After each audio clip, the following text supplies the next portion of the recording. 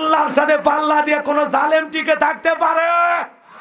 জালেম যত বড় তাকে মারার জন্য আল্লাহর অস্ত্র তত ছোট। আল্লাহ কাউকে পানি খিলে মারে, কাউকে ল্যাংড়া মশা দিয়ে মারে, কাউকে তরবারি ঠেকায় মারে, কাউকে খেজুরের ডাল দিয়ে মারে, কাউকে আবার উষ্টে খিলে মারে। কথা কন না কেন? বোঝেন না? ইন্না বাতশা রাব্বিকা লাশাদীদ। আল্লাহর ধরা বড় কঠিন। আল্লাহ ধরে না, ধরলে আল্লাহ জালেমদেরকে ছাড় দেয় না। যেদিন আল্লাহ ধরবে বাপ টাকারও টাইম দেবে না। কথা কন ঠিক কিনা? এই জন্য বাড়াবাড়ি না করে আল্লাহর গোলামি করেন। আল্লাহ ছাড় দেয়, ছেড়ে দেয় না। ওয়ামুদ্দুহুম ফি তুগয়ানিহিম ইয়ামাহুন। আল্লাহ অবকাশ দেয়, ছেড়ে দেয়। যা কত দূর দৌড়াবি ধরা। কথা কয় না কেন? বেলা সেতে নাটাই সুতো তো আমি আল্লাহর হাতে।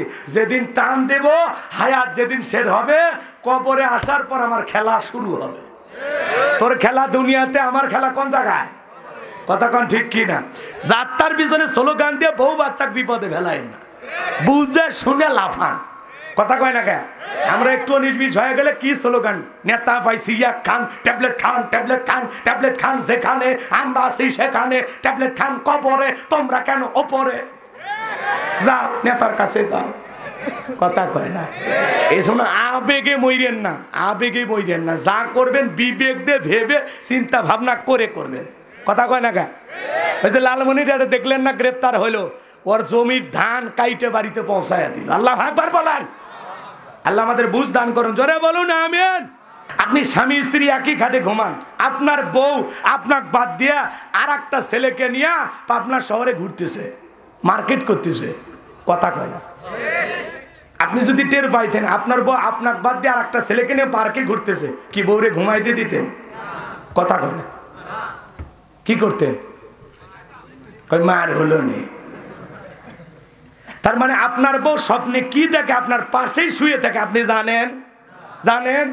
আবার আপনি স্বপ্নে আপনার বউকে বাদ দিয়া আর একটা মেয়েরে পটাইয়া নিয়ে যায়, আপনার শহরে যা বলতেছেন, মামা চটপটি হবে, ফুচকা হবে, ঝাল একটু বেশি। কথা কয় না? এইবার ফুচকা নিয়ে দুইজন বসে আছে, মেয়েটা বলতেছে আপনি আগে শুরু করেন। বলেন না, জান তুমি আগে শুরু করো। তখন বলতেছে যেহেতু খাওয়াইতে নিয়ে আসছেন একটু তুলে খাওয়ান। কথা কয় না? এবার কি করছে জানেন? ফুচকা নিয়ে মেয়েটার মুখে তুলে খাওয়াচ্ছে। আচ্ছা, বান্ধবীর মুখে তুলে খাওয়াইলে সব না গুনাহ? জোরে কয় না? আর কোন স্বামী যদি তার স্ত্রীর মুখে এক লোকমা খাবার তুলে খাওয়ায়, আল্লাহ রাস্তায় সদকা করলে যে সব স্বামীর আমল নামায় আল্লাহ সেই সব লিখে দেয়। তাহলে বউরে তুলে খাওয়াইলে সব, বান্ধবীরে খাওয়াইলে সব না পাপ। কথা কি বোঝা গেল? এখনকার স্মার্ট ডিজিটাল যুবক, সেদিন দেখি বাপরে বাপ, এক যুবক কি করছে জানেন? ডাব একটা কিনে মেয়ের হাতে দিছে, মেয়ে এইবার পাইপ দিয়া ডাবের পানি তার মুখে নিয়ে যাইতেছে। এই ছেলে আবার ডাবের ভিতরে পাইপ না দিয়ে সরাসরি মেয়ের মুখের ভিতর দিছে।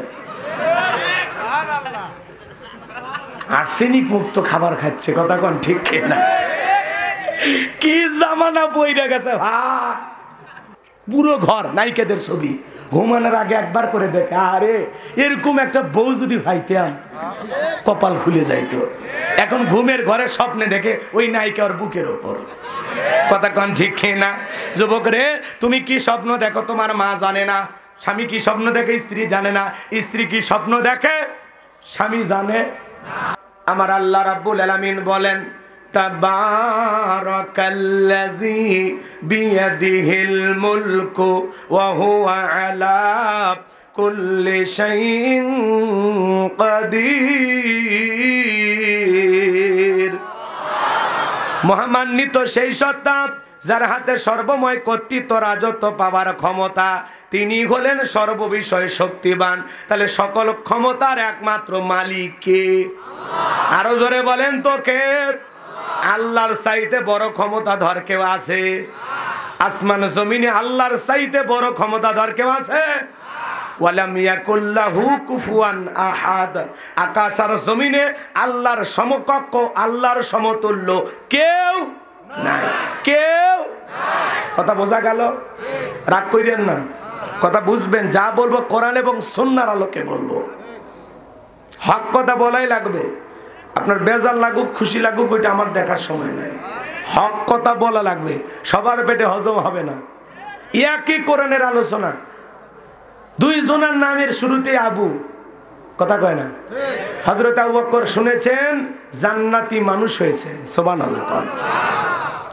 শুধু কি জান্নাতি, জান্নাতের 1 নাম্বার সার্টিফিকেট প্রাপ্ত সাহাবীদের তালিকায় তার নাম, সুবহানাল্লাহ বলেন। সেরাদের সেরা হয়েছেন। আবার একই কোরআন আবু জেহেল শুনে শয়তানি বাড়ছিল, এত শয়তানি বেড়ে গেছে, সারা রাত রাত্রি জাগরণ করে বইয়ের কাছে ঘুমাইতো না, রসুলের কোরআন শুনতো, আর সকালবেলায় বলতো নবী মুহাম্মদ পাগল। কেরে আবু জেহেল তুই কি ছাগল? হ্যাঁ, সারা রাত কোরআন শুনে রসুলকে পাগল বলতো, জাদুঘর বলতো। কথা বলেন ঠিক কিনা? ভালো করে বোঝার চেষ্টা করবেন বাজান গো আমার। মনটা যদি আবু বকরের মতো নরম হয়, কোরআন শুনে ঈমান বাড়বে, সুবহানাল্লাহ বলেন। ওয়াইদা তুলিয়াত আলাইহিম আয়াতুহু যাদাতহুম ঈমানা, কোরআন শুনলে মুমিনের ঈমানটা বৃদ্ধি করে দেবেন কে? আল্লাহ। আরো জোরে বলেন কে? আল্লাহ। তাহলে সকল ক্ষমতার একমাত্র মালিক কে? তাবারাকাল্লাযী বিয়াদিহিল মুলকু ওয়া হুয়া আলা কুল্লি শাইইন কাদির। মহামান্বিত সেই সত্তা যার হাতে সর্বময় কর্তৃত্ব, রাজত্ব পাওয়ার ক্ষমতা, তিনি হলেন সকল ক্ষমতার একমাত্র মালিক। কথা বলেন ঠিক কিনা? তাহলে আকাশ আর জমিনের সবকিছুর একমাত্র মালিক কে? লিল্লাহি মুলকুস সামাওয়াতি ওয়া মা ফিল আরদ। আল্লাহু আকবার বলেন। আসমান জমিনের একচ্ছত্র মালিকানা কার? তাহলে সকল ক্ষমতার চাবিকাঠি কার হাতে? আল্লাহর চাইতে বড় ক্ষমতাধর কেউ আছে?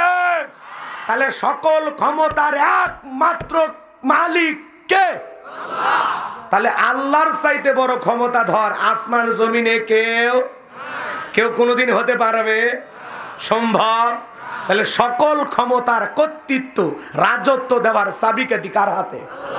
দুনিয়ার জমিনে আল্লাহ যাদেরকে ক্ষমতা দেয় এরা কি? কথা কয় না। আচ্ছা, আপনাদের এই জেলার নাম কি? পাবনা। এলাকার একটা ছেলে যদি চাকরি করে ঢাকায়, বলেন তো ঢাকায় তো যে কোনো একটা ফ্ল্যাটে বাসা ভাড়া নিয়ে থাকা লাগবে। 5 বছর 10 বছর 20 বছর চাকরি করুক, পরিচয় একটাই কি? ছেলেটা কি? ভাড়াটিয়া। কথা কয় না? ছেলেটা কি? ভাড়াটিয়া। ভালো করে বোঝেন, আল্লাহ দুনিয়ার জমিনে যাদেরকে পাওয়ার দেয়, ক্ষমতা দেয়, ক্ষমতার চেয়ার দান করেন, এদেরকে আল্লাহ 5 বছর 10 বছর 20 বছর 50 বছর 100 বছর ক্ষমতার চেয়ারটা ভাড়া দেয়। যত বছরই ক্ষমতায় থাক, ওর পরিচয় কি? ভাড়াটিয়া। আর আসল ক্ষমতার মালিক কি? আরো জোরে বলেন, আসল ক্ষমতার মালিক কে?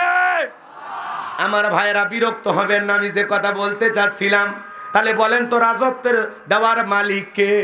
আল্লাহ পাক সূরা আলে ইমরানের 26 নম্বর আয়াতে জানায়া দিলেন, কুলিল্লাহুম্মা মালিকাল মুলকি তুতিল মুলকা মান তাশাউ ওয়া তানজিউল মুলকা মিম্মান তাশা ওয়া তুইজ্জু মান তাশাউ ওয়া তুযিল্লু মান তাশা বিয়াদিকাল খায়র ইন্নাকা আলা কুল্লি শাইইন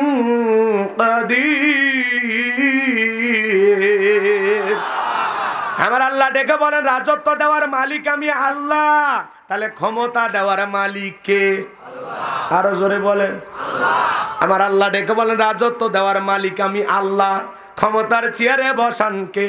আল্লাহ। ক্ষমতা দেওয়ার মালিক কে? আল্লাহ। কেড়ে নেওয়ার মালিক কে? আমার আল্লাহ ডেকে বলতেছেন রাজত্ব দেওয়ার মালিক আমি আল্লাহ। রাজত্ব দেওয়ার মালিক কে? কেড়ে নেওয়ার মালিক কে? সম্মানিত করার মালিক কে? লাঞ্ছিত করার মালিক কে? কাউকে ক্ষমতা দিলেই সম্মান দেওয়া হলো এমনটা নয়। ক্ষমতার সম্মান ভিন্ন জিনিস। কথা কয় না? কথা কয় না? ভালো করে বোঝেন, এই দুনিয়ার জমিনে অসংখ্য মানুষকে আল্লাহ ক্ষমতার চেয়ারে বসাইয়াও লাঞ্ছিত করেছেন। কথা কয় না? রাগ করেছেন মনে হয়। এই পৃথিবীর জমিনে এরকম দাম্ভিক একজন শাসক ছিল, যাকে আল্লাহ পাক জমিনে বাড়াবাড়ি করার কারণে জুতার বাড়ি খাওয়াইয়া বিদায় করছে। নমরুদকে আল্লাহ কি খাওয়াইছে? ঘটনা সত্য না মিথ্যা? এই যে আমাদের যুগেও ক্ষমতার চেয়ারে থাকা অবস্থায় বুশকে জুতার বাড়ি খাওয়াইছে কে? তার মানে ক্ষমতা পাইলেই যে সম্মানিত হলো এমনটা নয়, থাকার পরেও আল্লাহ তাকে লাঞ্ছিত করে, অপমানিত করে, জনগণের সামনে ঘৃণিত বানায়। কথা বলে ঠিক কি না? এই যে শ্রীলঙ্কার দিকে তাকায় দেখেন, জনগণের সাথে বাড়াবাড়ি করেছে। জনগণ কি করছিল? নেতাকে পাইয়া কাপড় খুলে নিয়েছিল, ভাগ্যিস ভালো হাফ প্যান্ট পরিয়াছিল। কথা কয় না, কথা কয় না, বুঝতে পারতেছেন কিছু? রাখছেন কইরেন না, কথাগুলো বোঝেন। এই দুনিয়ার জমিনে আল্লাহ ক্ষমতা যাদেরকে দেন, এই চেয়ারটা হলো একটা আমানত। কথা কয় না? এই চেয়ারে বসে যারা দুনিয়ার জমিনে আদল প্রতিষ্ঠিত করে, ইনসাফ প্রতিষ্ঠিত করে, মানবতার কল্যাণে, ইসলামের কল্যাণে, মানুষের কল্যাণে ভালো ভালো কাজ করে, আল্লাহ ক্ষমতার চেয়ারে বসাইয়া তাদেরকে সম্মানিত করেন। সুবহানাল্লাহ বলবেন না? আবার এই দুনিয়ার জমিনে যারা মানুষের প্রতি জুলুম করে, অবিচার করে, অত্যাচার করে, জুলুম করে, জনগণের রক্ত নিয়ে খেলা করে, এমন মানুষকে আল্লাহ পাক দুনিয়ার থেকে লাঞ্ছনার গঞ্চনা দিয়ে বিদায় করেছেন। কথা বলেন ঠিক কি না? তাহলে ভালো করে বোঝেন, ক্ষমতা দেওয়ার মালিক, কেড়ে নেওয়ার মালিক, সম্মানিত করার মালিক, লাঞ্ছিত করার মালিক। সকল কল্যাণের চাবিকাঠি কার হাতে? বিয়াদিকাল খয়র, সকল কল্যাণের চাবিকাঠি আল্লাহর হাতে। কথা কয় না? ইন্নাকা আলা কুল্লি শাইইন কাদির, তিনি হলেন সব বিষয়ের উপরে ক্ষমতাশীল। সুবহানাল্লাহ। সকল ক্ষমতার একমাত্র মালিক কে? সর্ব বিষয়ে সকল ক্ষমতার উপরে। বলেন তো, আসমান আর জমিনে কর্তৃত্ব চলে কার? রাজত্ব চলে কার? ভালো করে বোঝেন, সামনের দিকে যাই, আলোচনা ভালো করে বুঝবেন। এই পুরো পৃথিবীর জমিনে আল্লাহ পাক অনেক শাসককে পাঠিয়েছেন। পুরো পৃথিবীর ক্ষমতা আল্লাহ 4 জন মানুষকে দিয়েছিলেন। কয়জন? কথা কয় না। ওয়াজ কিন্তু বোঝা লাগবে। আমি যা বলবো কোরআন এবং সুন্নাহর আলোকে বলবো। প্রত্যেকটা কথার পিছনে দলিল আছে, দলিল ছাড়া কথা বলা যাবে না। দলিল ছাড়া কথা বললে বিপদ। কথা কন ঠিক কি না? এজন্য আমি যা বলবো কোরআন সুন্নাহর আলোকে বলবো, একটু মনোযোগ দিয়ে শুনবেন। কেউ গায়ে পড়ে ঝগড়া করবেন না, কেউ মনে করবেন না হুজুর মনে আমাদের বলতেছে। তোমার সাথে এই ওয়াজের কোনো মিলই নাই। কথা কন, ওয়াজ হবে কোরআন এবার সুন্নাহর আলোকে। আর যদি তুমি মনে করো যে না কিছু ওয়াজ আমার জীবনের সাথে মিলে গেল, তাহলে ওই দোষটা যদি মনে হয় যে না এটা করা ঠিক না, তাহলে সেই ত্রুটি সংশোধন করে মানুষ হওয়ার চেষ্টা করেন। আল্লাহ হেদায়েত দান করুন, জোরে বলেন আমিন। শোনেন, মক্কা নগরীর একজন ছোট্ট নেতা ছিল, গ্রোথ লিডার, দলপতি। মানে ছোট ছোট গ্রোথ ছিল তখন। ওই গ্রোথ লিডার যারা, এদেরকে ভালো করে বোঝেন। বর্তমানে যেরকম একটা ওয়ার্ডের মেম্বার থাকে, একটা ইউনিয়নের চেয়ারম্যান থাকে, থাকে না? তখন যারা গ্রোথীয় লিডার ছিল এদেরকে বলা হতো দলপতি। গ্রোথীয় লিডার, মুরল, মাতাব্বর। কথা কয় না? তো এরকম একটা গ্রোথীয় লিডার ছিল, এর নাম ছিল মুহাবির আমর। কি নাম? জোরে কয় না? মুহাবির কি আমর। বিশ্বনবী যখন হিজরত করে মদিনায় চলে গেলেন, কোন জায়গায়? রসুল কোন জায়গায়? মদিনায়। আর এই মক্কার মুহাবির আমর সে প্রতিমার সামনে দাঁড়াইয়া লাত, হুজ্জা, দেবদেবী, সরস্বতী, রাধাকৃষ্ণ এগুলোর সামনে দাঁড়ায়া বলতেছে, যতক্ষণ না আব্দুল্লাহর বেটা মুহাম্মদ সাল্লাল্লাহু আলাইহি সাল্লামের কাল্লা না ফেলাইতে পারবো ততক্ষণ পর্যন্ত আমি এক ফোঁটা পানিও পান করব না। জোরে বলেন নাউজুবিল্লাহ। আচ্ছা, নবীর কাল্লাটা নিতে চাই কেন? নবীকে ওর ফাঁকা দানে মই দিয়েছে। আচ্ছা, ওর বাড়িতে কি চুরি করতে গেছিল? আমার নবীর কি কোনো অপরাধ আছে? অপরাধ রসুলের নাই, কিন্তু ওদের কাছে অপরাধ কি? রসুল কালেমার দাওয়াত দেয়, কোরআনের প্রচার প্রসার করে, এক আল্লাহর পক্ষে মানুষ, এক আল্লাহর পথে মানুষকে আহ্বান করেন, তাওহীদের কথা বলেন, রিসালাতের কথা বলেন। কোরআনের প্রচার প্রসার করা, কালেমার প্রচার প্রসার করায় ওদের কাছে অপরাধ মনে হলো। কারণ ওরা 33 কোটি দেবতা মানে। ওরা বলে এত দেবতা মানি তাই ভাগ্যের উন্নতি হয় না। আর এক আল্লাহর ইবাদত, নবী মুহাম্মদ সাল্লাল্লাহু আলাইহি ওয়াসাল্লাম ইয়েতিম পোলা, সে আমাদেরকে এক আল্লাহর পথে মানুষকে দাওয়াত দেয়। আমরা যদি কালেমা গ্রহণ করে তার হাত রেখে বায়াত গ্রহণ করি, তাহলে তো আমাদের কর্তৃত্ব থাকবে না, রাজত্ব থাকবে না, মাতবাড়ি থাকবে না, নেতাগিরি থাকবে না। এই জন্য তারা ষড়যন্ত্র করেই সব সময় পরিকল্পনা করত রসুলকে কিভাবে কষ্ট দেওয়া যায়, রসুলকে কিভাবে বিদায় করা যায়। কথা বোঝেন নাই? বোঝেন নাই? আচ্ছা, রসুলের চাইতে উত্তম মানুষ, শ্রেষ্ঠ মানুষ, ভালো মানুষ আল্লাহর দুনিয়াতে দ্বিতীয় জন কেউ আছে? তাহলে সেই মানুষটা মক্কার কিছু মানুষের কাছে ভালো, কিছু মানুষের কাছে খারাপ। নবুয়তের আগে যিনি আল আমিন আল সাদিক, সেই মানুষটাই কালিমার দাওয়াত দিতে গিয়ে হইলেন শত্রু। আপন চাচাও বিরোধিতা করলো, কথা কয় না কে? আপন চাচাও বিরোধিতা করলো, কথা কি বুঝতে পারছেন? একটু সামনের দিকে যাই, আলোচনা বুঝবেন আর মজা পাবে ইনশাআল্লাহ। আমার ভাইয়েরা, যে কথা বলতে চাচ্ছিলাম গভীর মনোযোগ দিয়ে শোনেন।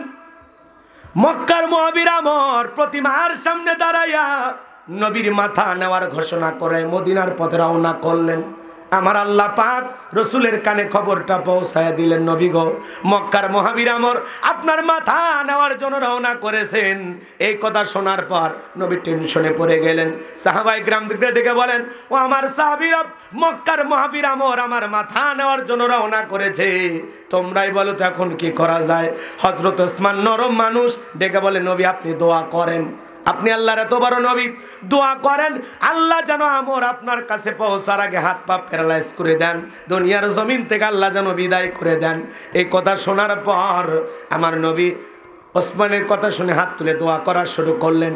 ডেকে বলেন, আল্লাহ, মক্কার মুহাজির আমর আমার মাথা নেওয়ার জন্য রওনা করেছে, আমার কাছে পৌঁছার আগে ওর হাত পা প্যারালাইজ। এতটুকু শুধু বলেছেন। আসমান থেকে আল্লাহ রব্বুল আলামিন জিবরাইলকে বলেন, জিবরাইল রে, আর করিস না দেরি, নবীজির কাছে চলে যাও তাড়াতাড়ি, খবর শোনায়া দাও আমি আল্লাহ পাক শুধু দুই হাত দোয়া করার জন্য দেই নাই, মাঝে মাঝে জালেম আর বেঈমানদেরকে সাইজ করার জন্য দুই হাতে লাঠিও তুলে নেওয়া লাগবে। জিবরাইল এসে বলে, নবী দোয়া কবুল হবে না, হাত নামান। আমার নবী তখন হাত মুখে না নিয়ে হাঁটুর উপরে রেখে দিলেন। আমরাও মুনাজাত করি, মাঝে মাঝে এরকম মুনাজাত করে আর দড়ি পাকায়, কথা কন। আবার অনেকে দোয়া করে এরকম পেশার মাপে, আচ্ছা আচ্ছা, কথা কয় না। আচ্ছা, দোয়া করার একটা আদব আছে না? আপনি ফাজলামি করেন নাকি আল্লাহর সাথে? হ্যাঁ, কেউ আবার এরকম চুপচাপ ধরে থাকে, আবার কেউ হাতই তোলে না, চুপ থাকে। হুজুর দোয়া করতে করতে করতে ক্লান্ত হইয়া যখন হুজুর শেষের দিকে চলে যায়, কয় আমিন। হুজুর আজকে দোয়াটা মারাত্মক আছে, ও মুনাজাত ধরছিল, কথা কন নাকি আপনারা? এরকম আছে না? নাই। ও মনে করছে হুজুরের সাথে চালাকি করছে। চালাকি কি হুজুরের সাথে হচ্ছে না, নিজের সাথে নিজেই চালাকি করছে, কথা কি বোঝা যায়? বাজানো গো, সব জায়গায় কিন্তু দোয়া দিয়ে কাজ হয় না। দোয়া দিয়ে কি এত বড় বিপদ ঠেকানো যায়? রাগ করতেছেন নাকি আপনারা? আচ্ছা, এই গ্রামের নাম কি? ভগীরাথপুর। মনে করেন এই গ্রামে, উদাহরণ দিতেছি কথা বোঝানোর জন্য, প্রতিদিন চুরি হইতেছে, গরু ছাগল চুরি হয়, উট দুম্বা চুরি হয়, ছাগল চুরি হয়, সুন্দরী বউটাও চুরি হয়, গহনাও চুরি হয়। তো একজন 10 কেজি জিলেপি পাবনা শহর থেকে নিয়ে এসে মসজিদের ইমামকে বলতেছে, হুজুর এই 10 কেজি জিলেপিতে একটু দোয়া করে, আল্লাহ যেন বড় বড় বিপদ থেকে, এই চোরের হাত থেকে গ্রামটাকে হেফাজত করে। হুজুর এশার নামাজ পড়ে হাত তুলে দোয়া করে, আল্লাহ এই ভগীরাথপুরের গ্রামবাসীর ধন সম্পদ, টাকা পয়সা, সুন্দরী বউ, গহনা চোরের হাত থেকে তুমি হেফাজত করো। চোর জিলাপি খাবার আশায় হাত তুলে কয় আমিন আমিন। চোর কি বাহির গ্রামে থাকে না? ওই গ্রামেরও 2-1জন থাকে, না হলে কার বাড়িতে কি পরিমাণে টাকা আছে, কার বাড়িতে গরু আছে, ছাগল আছে, এই সংবাদ দেয় কে? কথা কন না কে? রাগ করতেছেন মনে হয়। হুজুর যদি ওই দোয়া না করে বলতে, এই ভগীরাথপুরের যুবকেরা, এই গ্রামে ঢোকার 4 রাস্তা আছে, 4 রাস্তার মোড়ে মোড়ে মাগরিব থেকে ফজর পর্যন্ত বিশাল বিশাল বড় লম্বা লম্বা লাঠি নিয়ে দাঁড়ায় থাকবা, চোরকে দেখা মাত্রই ওই লাঠি দিয়ে এমন পিটাইবা, পাবনা সদর হাসপাতালে যান ভর্তি করা লাগে, 6 মাসে যান মাজা সোজা না করবার পারে। তাহলে কি চোর হাত তুলে আমিন কইতো না, তওবা করে ভালো হইতো? তার মানে চুরি বন্ধ করতে গেলে দোয়া হবে না, আল্লাহর আইন দিয়ে বিচার করা লাগবে। আল্লাহ বলেছেন, চোর চুরি করলে হাত কেটে দাও। আমাদের কাছে এই আইন পছন্দ হয় না, ব্যাকডেট মনে হয়, কথা কয় না কেন? এই জন্য আমরা লন্ডন আমেরিকার আমের মানুষের তৈরি করা আইনের পিছনে দৌড়ায়। এজন্য পুরো পৃথিবীতে শান্তি নাই। মানুষের তৈরি করা নিয়ম নীতি দিয়া বাংলার জমিনে 1 ইঞ্চি মাটিতেও কেউ শান্তি প্রতিষ্ঠিত করতে পারবে না। শান্তি আসবে তখন কোরআন দিয়া চোরের বিচার করা হবে যখন, ধর্ষকের শাস্তি দেওয়া হবে যখন, কথা কয় না? কথা কয় না?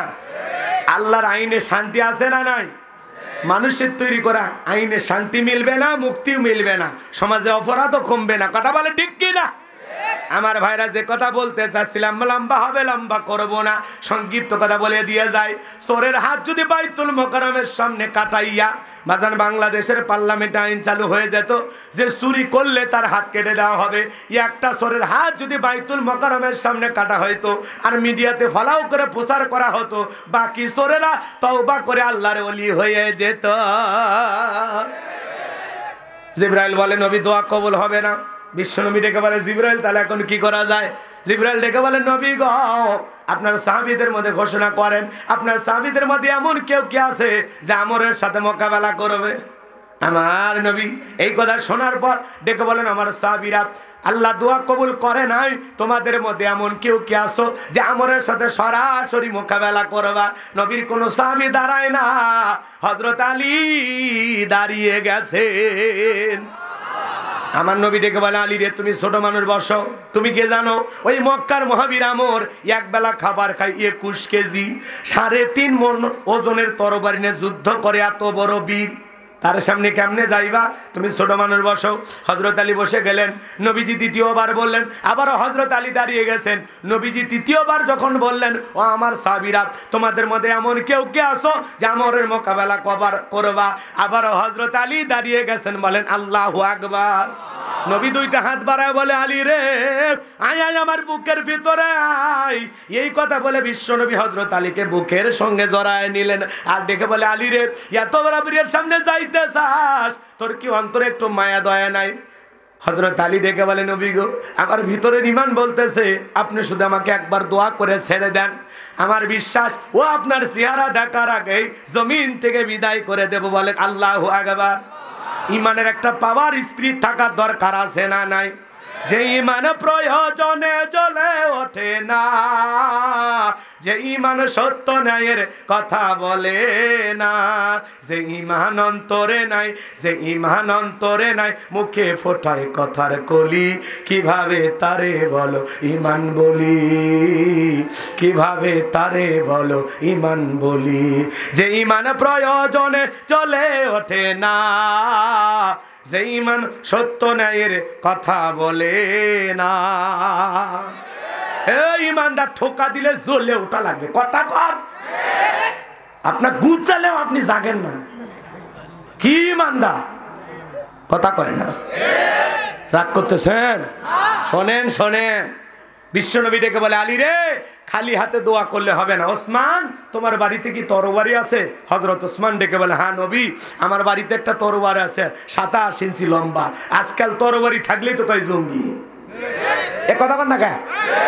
আপনাদের পাবনা শহরে মনে করেন একটা দাওরা হাদিস মাদ্রাসা আছে, বড় মাদ্রাসা।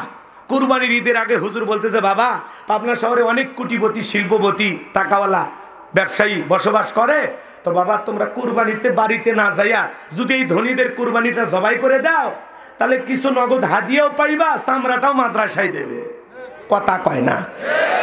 উদাহরণ বোঝেন তো। মনে করেন 80টা ছেলে রাজি হয়ে গেল যে হুজুর আমরা 80টা ছাত্র কুরবানি জবাই করার দিন থাকবো, বাড়ির যাবো না।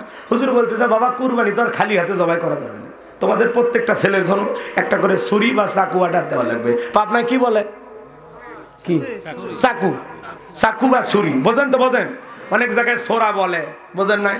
সোরা ছুরি চাকু যা খুশি বলেন, কোনো সমস্যা নাই। 80টা কামারের কাছে অর্ডার দিয়ে বানানো হয়েছে। এখন কুরবানির আগের দিন হুজুর বলতেছে বাবা কে কোনটা নিবা নিয়ে একটু কি দাও, ধার দাও। আপনারা দেখেন না কথা কয় না?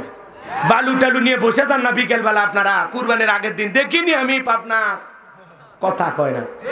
এরকম বিকেল বেলা মাদ্রাসার 80টা বাচ্চা এরকম বালু দিয়ে ধার দিতেছে, এক তেল তেলা গোয়েন্দার বিশ্ব বাটপা। হুজুর আর মাদ্রাসা সহ্য করতে পারে না, সব সময় ইসলামের বিরুদ্ধে অবস্থান নেয়। মুনাফিক মার্কা টাটকা বেঈমান মুনাফিক মার্কা মুসলমান। থানায় যা খবর দিয়েছে অমুক মাদ্রাসায় জঙ্গিদের বিশাল ঘাঁটি, অস্ত্রে ঝনঝনানো ট্রেনিং চলতেছে। এই কথা শুনে থানার প্রশাসনের লোকেরা এসে পুরো মাদ্রাসা ঘেরাও করছে। ওসি সাহেব বলতেছে হুজুর আমরা গোপন তথ্যের ভিত্তিতে এই সংবাদ পাইয়াছি, চ্যানেল 95 থেকে বলা হয়েছে এই মাদ্রাসায় নাকি জঙ্গিদের বিশাল ঘাঁটি আছে এবং বিশাল অস্ত্র লুকানো আছে। হুজুর বলতেছে না এরকম ঘটনা, মিথ্যা কথা বলবেন না। যেই সূত্র থেকে সংবাদ পেয়েছি ইহা মিথ্যা হওয়ার কথা নয়। কথা বোঝেন? এইবার প্রশাসনের লোকেরা বলতেছে পুরো মাদ্রাসা সার্চ করো, অভিযান চালাও, তল্লাশি চালাও, একেবারে চিরনি অভিযান। কথা কয় না? মাদ্রাসা তন্ন তন্ন ঘুরে খুঁজতে খুঁজতে হুজুরের খাটের নিচ থেকে ওই যে বস্তা চাকু রাখা, কথা কয় না, ওই এক বস্তা চাকু নিয়ে এসে এবার সবার সামনে ধরছে। ওসি সাহেব বলছে হুজুর এসব কি, এসব কি? একটা বুদ্ধিমোটা ছাত্র বলতেছে ও সব কি চিনতেছেন না, আগামী 10 তারিখ খালি ধর্ম আর জবাই করব, ধর্ম আর জবাই করব, রক্তের বন্যা বয়ে যাবে, রক্তের বন্যা। কথা বোঝেন নাই?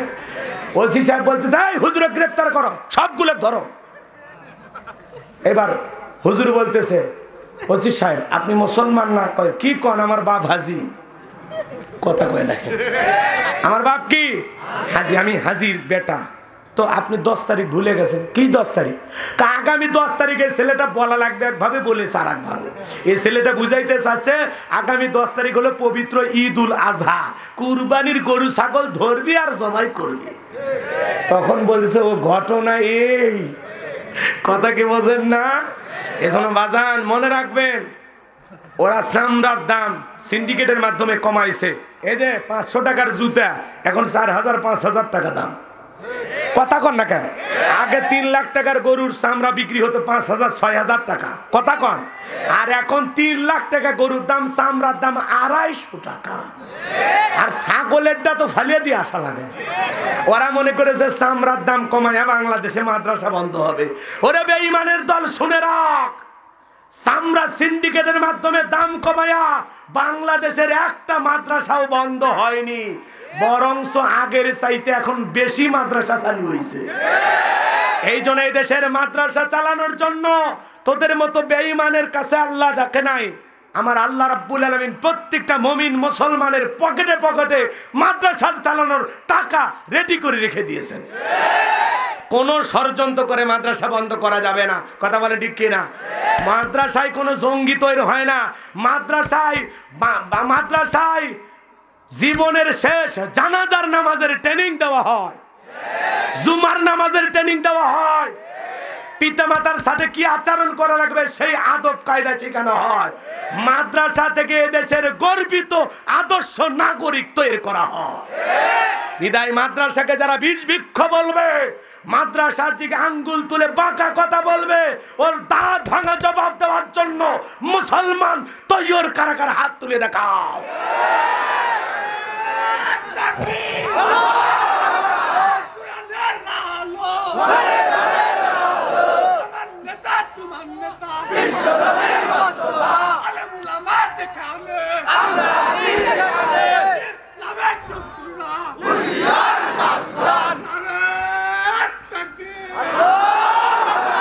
হযরত আলীর কথা মনে আছে না নাই?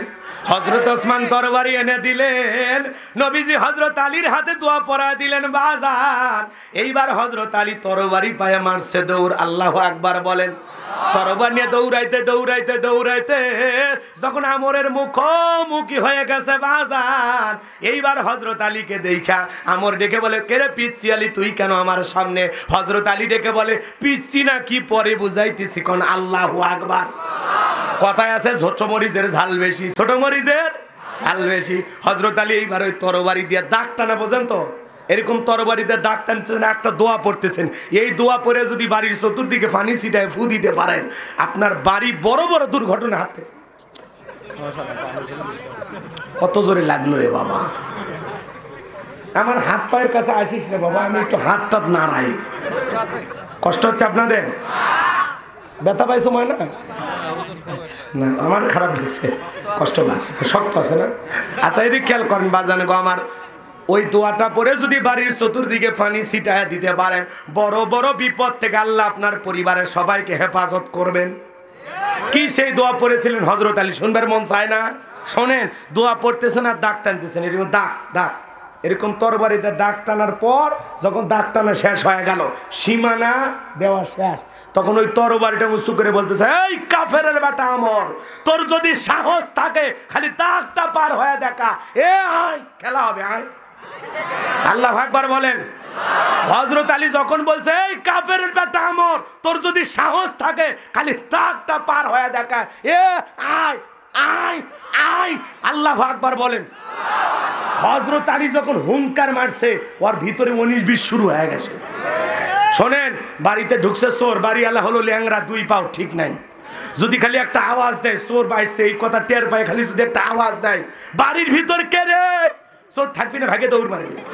একটা আওয়াজ অনেক কিছু। যখন বলছে খালি দাগটা পার হয়ে দেখা, এ আয়, মায়ের বুকে দুধ খায় থাকলে দাগটা পার হয়ে দেখা, আয় আয়, আল্লাহু আকবার বলে। হযরত আলী আর আমর বাজা বাজা ভাব, পুরো ঘটনাটা শুনবেন। কারা কারা একটু হাত তোলেন দেখি। লিল্লাহে তাকবীর, লিল্লাহে তাকবীর, হাত নামান। হযরত আলীর কথাটা মনে রাখেন। যে কথা বলতে চাচ্ছিলাম, পুরো পৃথিবীতে আল্লাহ কয়জন শাসককে ক্ষমতা দিয়েছিলেন? পুরো পৃথিবীর কয়জন? 4 জন। এর মধ্যে হলো 2 জন ইমানদার, একজনের নাম হলো নবী সুলাইমান। আল্লাহু আকবার বলেন। সুলাইমান আলাইহিস সালামের রাজত্ব পাওয়ার ক্ষমতা, এগুলো নিয়ে যদি আমি পুরো ঘটনাটা বলি 2 দিন চলে যাবে, আলোচনা শেষ হবে না। হযরতে সুলাইমানের ঘটনা আজকে আমি আপনাদেরকে বলবো না। তাহলে পুরো পৃথিবীর রাজত্ব পাওয়ার ক্ষমতা আল্লাহ সুলাইমান আলাইহিস সালামকে দিয়েছিলেন, কথা বলেন ঠিক কি না? এরপরে 2 নাম্বার আরেকজন ইমানদারকে আল্লাহ পুরো পৃথিবীর রাজত্ব পাওয়ার ক্ষমতা দিয়েছিলেন, যেই বাদশার নাম হলো বাদশা জুলকারনাইন। চিৎকার মেরে বলেন আল্লাহু আকবার। এই বাদশা জুলকারনাইনকে আল্লাহ পাক 1 নয় 2 নয় পৃথিবীর জমিনে 1600 বছর হায়াত দিয়েছিলেন। বলুন সুবহানাল্লাহ। কত বছর? আপনার আমার বাপ দাদার হায়াতে এক জায়গাত করলে হবি? আহারে, একটা মানুষ 1600 বছর হায়াত পেয়েছিলেন, সুবহানাল্লাহ বলেন। চিন্তা করেন, সেই বাদশা জুলকারনাইন 1600 বছর ক্ষমতা চেয়ারে থাকার পরেও কোনো দিন মানুষের প্রতি জুলুম করে নাই, অত্যাচার করে নাই। সারাটা জীবন মানুষের কল্যাণে, মানবতার কল্যাণে সব সময় ভালো কাজ করেছেন, সুবহানাল্লাহ। আল্লাহ পাক তাকে একটা ঘোড়া দিয়েছিলেন, সূর্য উদয় হইতে সূর্য অস্তগামী পর্যন্ত, পূর্ব থেকে পশ্চিম পর্যন্ত জীবন দশায় তিনি 2 বার সফর করেছিলেন। শোনেন, এক কদমে ঘোড়াটা হাজার হাজার মাইল রাস্তা পাড়ি দিতে। বলেন আল্লাহু আকবার। বাজানো গো আমার, বাদশা জুলকারনাইনের ইতিহাস ঘটনা আমি আপনাদেরকে আজকে শোনানোর সুযোগ পাবো না। তাহলে 2 জন ইমানদার, একজন হলো নবী সুলাইমান আর একজন হলো বাদশা জুলকারনাইন। আর 2 জন কাফেরকে আল্লাহ পাক পুরো পৃথিবীর রাজত্ব পাওয়ার ক্ষমতা দিয়েছিলেন। এর মধ্যে হলো নাম জালেম বাদশা বখতেনাসর। কি নাম? আরো জোরে কর। বাদশা বখতেনাসর। বাজানো গো আমার, সেই সময় আল্লাহ রাব্বুল আলামিন তার একজন পয়গাম্বরকে দুনিয়ার জমিনে পাঠাইছিলেন। ওই সময় একজন পয়গাম্বর ছিল, নাম হলো দানিয়েল সাল্লাম। কি নাম? নবী দানিয়েল। বাজান গো আমার, আল্লাহর পয়গাম্বর দানিয়েল সাল্লাম ওই কওমের মানুষদেরকে, বনি ইসরাইলের মানুষদেরকে সুন্দরভাবে দাওয়াত দেন। আমার আল্লাহ পাক বলেন, ইয়া বানি ইসরাঈল আযকুরু নি'মাতি আল্লাতী আন'আমতু আলাইকুম ওয়া আন্নী ফাদ্দালতুকুম আলাল আলামিন। নবী দানিয়েল দেখে বলে, হে বনি ইসরাইলের উম্মতেরা, দাম্ভিকতা করো না, অহংকার করো না। তোমাদের বাপ দাদা কৃতদাস ছিল, মানুষের বাড়িতে গোলামি করত, বিধায় আল্লাহ পাক সুন্দর জীবন দিয়েছে। দাম্ভিকতা করো না, অহংকার করো না, এক আল্লাহর ইবাদত করো। খবরদার খবরদার, অহংকার করো না। গাছের পূজা করো না, মাছের পূজা করো না, চন্দ্রের পূজা করো না, এক আল্লাহর ইবাদত করো। তোমাদের বাপ দাদা কৃতদাস গোলাম ছিল, সেই জীবন থেকে আল্লাহ পাক তোমাদেরকে মুক্ত করে স্বাধীন জীবন দিয়েছেন, বিদায় তোমরা এক আল্লাহর ইবাদত করো। পয়গম্বরের কথা শুনে উম্মতেরা ডেকে বলে, ও নবী দানিয়েল, পুরান দিনের গল্প শোনায় লাভ নাই। বাপ দাদা কি করেছিল ওইটা আমরা জানতে চাই না। আমরা সুখে আছি, ভালো আছি, টাকা পয়সা, স্ত্রী সন্তান, কোনো কিছুর অভাব নাই, বিদায় এক আল্লাহর ইবাদত করার সময় নাই। জোরে কর নাউযুবিল্লাহ। বনি ইসরাইল উম্মতদেরকে পয়গম্বর দিনে বুঝান, রাতে বুঝান, সুন্দর করে দাওয়াত দেন, কিন্তু তারা কোনো মতেই দাওয়াত গ্রহণ করে না। কারণ বনি ইসরাইলের উম্মতেরা ছিল খুব চালাক এবং ঠেটা। কথা বোঝে না? ঠেটা বোঝেন? ঘাড় বেঁকা করে একদিক যায়। বলবেন ডানেও চলে যায় বামে। কথা বোঝেন না? আর এদেরকে চোখের সামনে বাস্তবে কিছু না দেখাইলে এরা সহজে বিশ্বাস করে। কথা কি বুঝতে পারছেন? এ ভাই, 12টা পার হয়ে গেছে। তুমি যে ওয়াদা দিলে, ওয়াদা ভঙ্গ করা কিসের লক্ষণ? এই সারা রাত 1টা 2টে ওই আবেগ কই থাকে আপনার? ওই চট্টগ্রামের মেয়েটার মতো। আমি কি বলেছি আমি নির্দোষ? কথা তখন আমার আবেগ কাজ করেছিল, বিবেকে কাজ করে নাই। তো হাত তোলার সময় তোদের আবেগ কাজ করছিল? আবার যুবক উঠে যায়, কোন যুবক যদি অবিবাহিত উঠে যায় আর ছবি তুলে রাখবেন মোবাইলে, মেয়েকে বুড়ি বানায় রাখবেন, তাই এরকম অসুস্থ ছেলের সাথে বিয়ে দেবেন না। কারণ ওর সাথে বিয়ে দেওয়ার হিজড়ের সাথে বিয়ে দেওয়া কি কথা? পুরুষের পেশাব লাগবে পাবনা, পেশাব করবি যা পিরোজপুর জেলা। কথা কন, ওটা হলো পুরুষ। 2-3 ঘন্টা পেশাব আটকে রাখা যাবি না। আমি তো বললামই আলোচনা আগে শোনেন, 2টা আয়াত শেষ করি, তারপরে তো ভালো মন্দ বুঝবেন। এক চুমুকে স্বাদ খুঁজতেছেন, অনেক কথা বলার আছে। আচ্ছা, এটা ভালো না লাগুক, নরম আলোচনা আছে তো, ধৈর্য ধরেন, ওইটা হয়তো ভালো লাগবে। একটু শুরু করবে দেন, কষ্ট হচ্ছে কিন্তু ওটা ভাষা করলে আমি দোয়া করে দেব। কারণ আপনারা এই কয়েক কিলোমিটার বউ রেখে যদি আপনার মন ছটপট করে, আমার বউ 150 কিলোমিটার দূরে আছে, আমার তো আরো আগে যাওয়া লাগবে। রাগ করতেছেন না? করেন, সমস্যা নেই। এই যুবকেরা তাহলে ভালো করে শুনেন যে কথা বলতে চাচ্ছিলাম। আল্লাহর পয়গম্বর দাওয়াত দেন, তারা কোনো মতেই দাওয়াত গ্রহণ করলো না।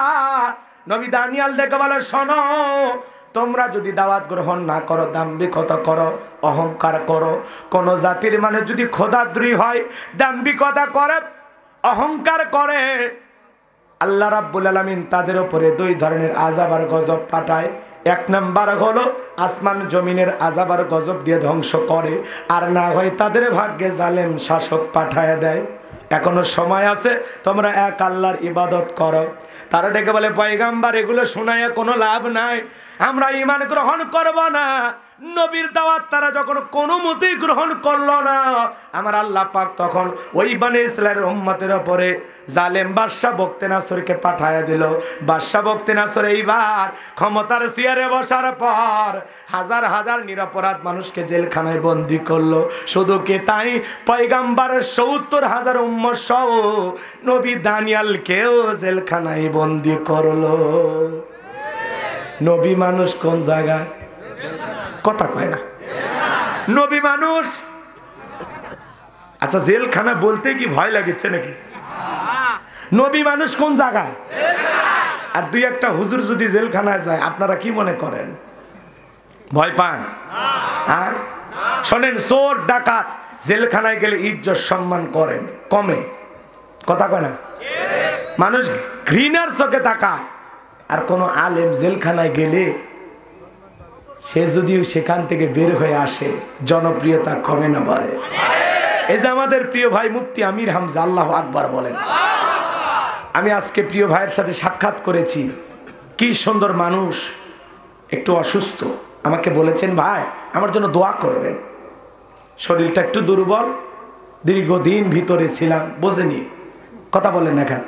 আমার প্রিয় ভাই ডেকে বলেন, ভাই কোনো কিছু চাই না, একটু শুধু দোয়া করবেন। আমি গেলাম, দীর্ঘ সময় তার সাথে আলাপ আলোচনা হলো। আমার প্রিয় ভাই মুফতি আমির হামজা বাজান গো আমার, আমাকে ডেকে বলেন, ভাই সকাল থেকে সন্ধ্যা পর্যন্ত মানুষ আসে শুধু একটা নজর দেখার জন্য। সুবহানাল্লাহ বলে। মানুষ ফুল নিয়ে যাইতেছে, ভালোবাসা দেখাইতে যাইতেছেন। এ বাজান গো আমার, এই জন্য আলেমেরা যদি কখনো সামান্য একটু পরিমাণ বিপদে পড়ে, মুসিবতে পড়ে, আল্লাহ তাদেরকে একটু পরীক্ষা করে সেখান থেকে আবার বের করে দেন। দেখবেন সেই আলেমদের প্রতি মোহাব্বত, ভালোবাসা আগের চাইতে 1000 গুণ বেড়ে যায়। কথা বলেন ঠিক কিনা? মুফতি আমির হামজা ভাই কোরআনের ময়দানে কথা বলেন। তরুণ মুফাসসির চমৎকার ভাবে কোরআন সুন্নাহর আলোকে গবেষণামূলক আলোচনা করেন। হে যুবক, তোমরা আলোচনা শোনো নাই? কথা বলেন না কেন? আমার প্রিয় ভাই অসুস্থ, আপনারা দোয়া করবেন আল্লাহ পাক যেন তাকে পরিপূর্ণতা সুস্থতা দান করে আবারও কোরআনের ময়দানে এসে হক কথা বলার তৌফিক দান করেন। আরো জোরে বলেন আমিন। আল্লাহ যেন প্রিয় ভাইকে পরিপূর্ণ সুস্থতার সহিত তার কণ্ঠকে হেফাজত করে, তার ইলমকে বাড়িয়ে দিয়ে তার মাংতাসা আল্লাহু আকবার বলেন সম্মানিত করেছেন কে? আমার ভাইয়েরা 958 দিন তিনি জেলখানায় বন্দী ছিলেন। আলহামদুলিল্লাহ এখন উন্মুক্ত পরিবেশে, মুক্ত আকাশে আমাদের প্রিয় ভাই কথা বলে ঠিক কিনা? তার পরিবারের কাছে তিনি আছেন, সুস্থ আছেন। তিনি ফেসবুক লাইভের মাধ্যমে কবে থেকে মাহফিল শুরু করবেন, কি করবেন, এগুলো তিনি নিজেই বলবেন। কথা কন ঠিক কিনা? বিদায় ওনাকে কেউ বিরক্ত করবেন না। তিনি অসুস্থ, একটু দোয়া করবেন। সুস্থ হলে, পরিবেশ সুন্দর হলে অবশ্যই আবারও তিনি তার কণ্ঠ দিয়া কোরআনের বাণী মানুষের সামনে শোনাবেন ইনশাআল্লাহ। কথা কয় না? আমরা কোরআনের পাখিকে হারাইছি। কথা বলেন না কেন?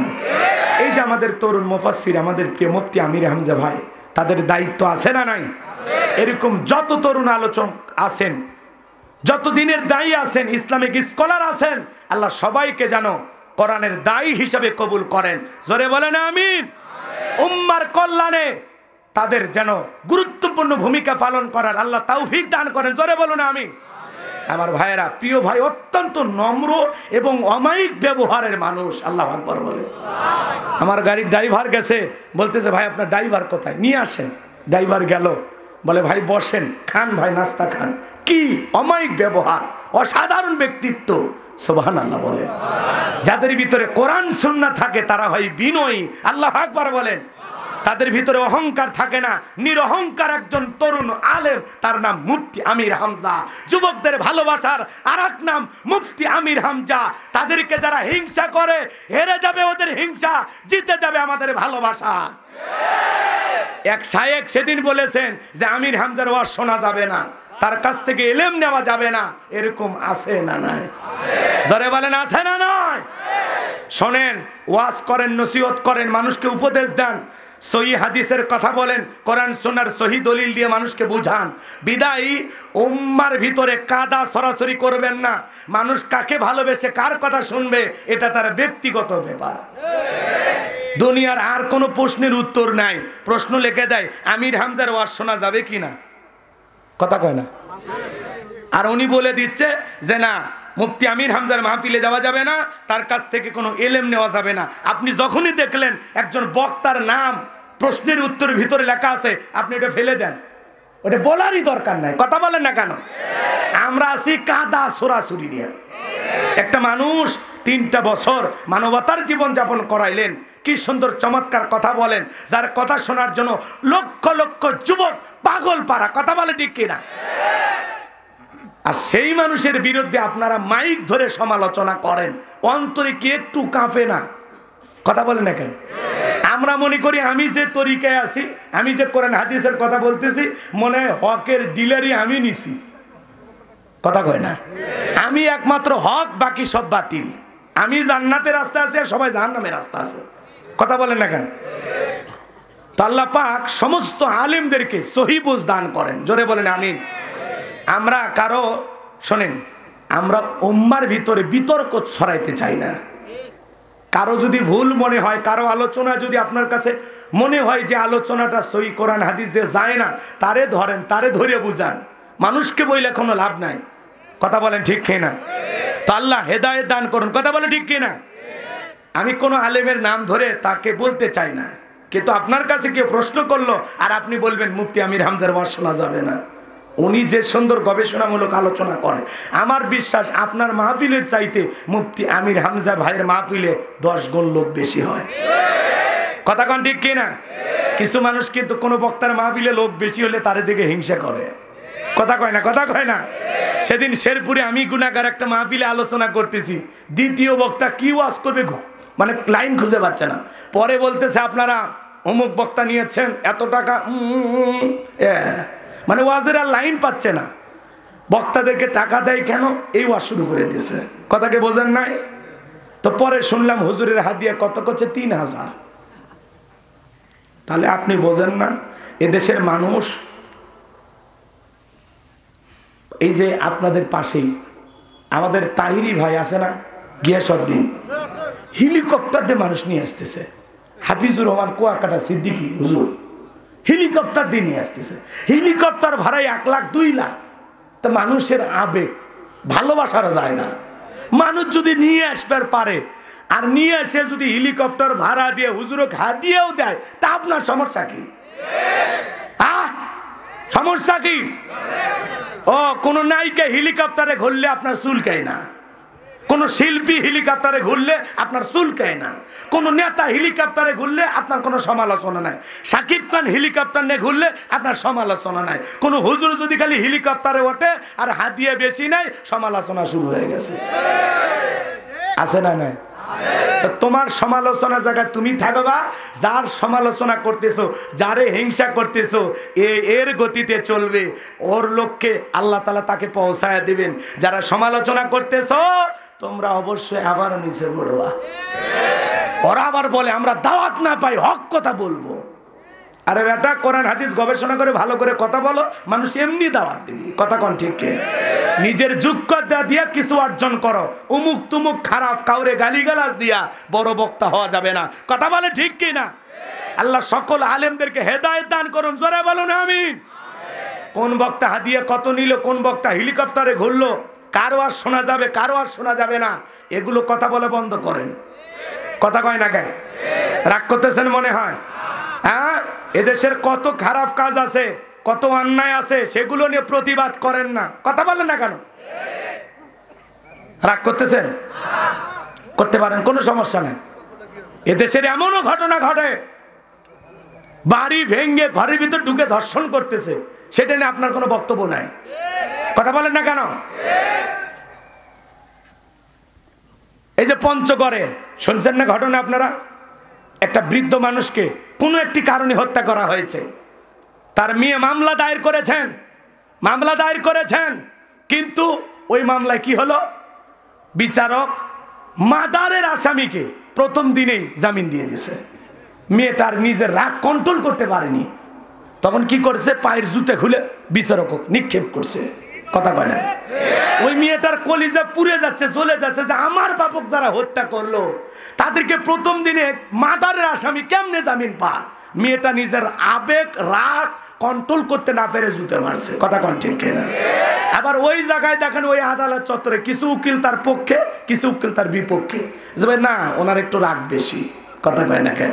আবার কেউ বলতেছে মেয়েটা রাগ করে কেন জুতে মারলো, এই ধৃষ্টতা কেন দেখাইলো, বিচারককে কেন জুতে মারলো, এটা মারা তো অন্যায়, বিচার পছন্দ হয়নি, আবার হাইকোর্টে যাবে, আপিল করবে। কথা কয় না?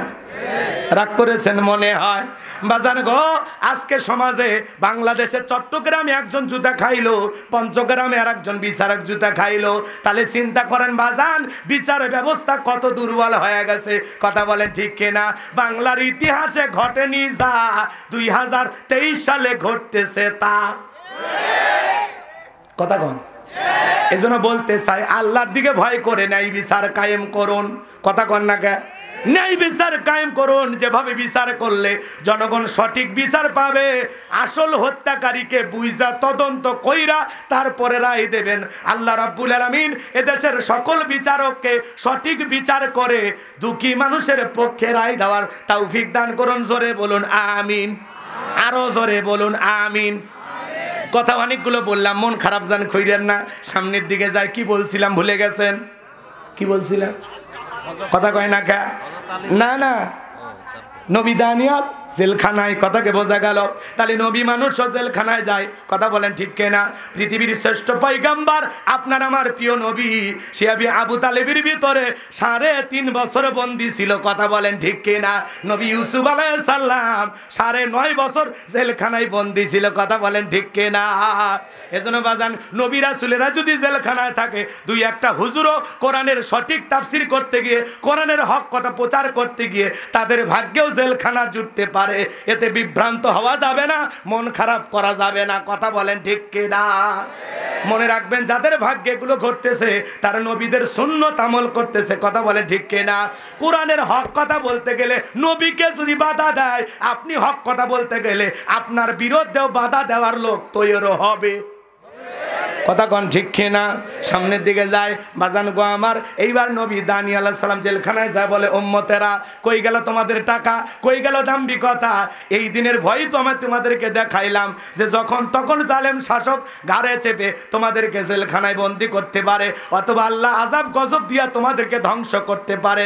উম্মতেরা ডেকে বলে নবী গো, আপনার কথা যে এত দ্রুত বাস্তব হবে এইটা বুঝতে পারি নাই। নবী গো, আমরা যা করেছি ভুল করেছি, তওবা করে ঈমান গ্রহণ করতে চাই।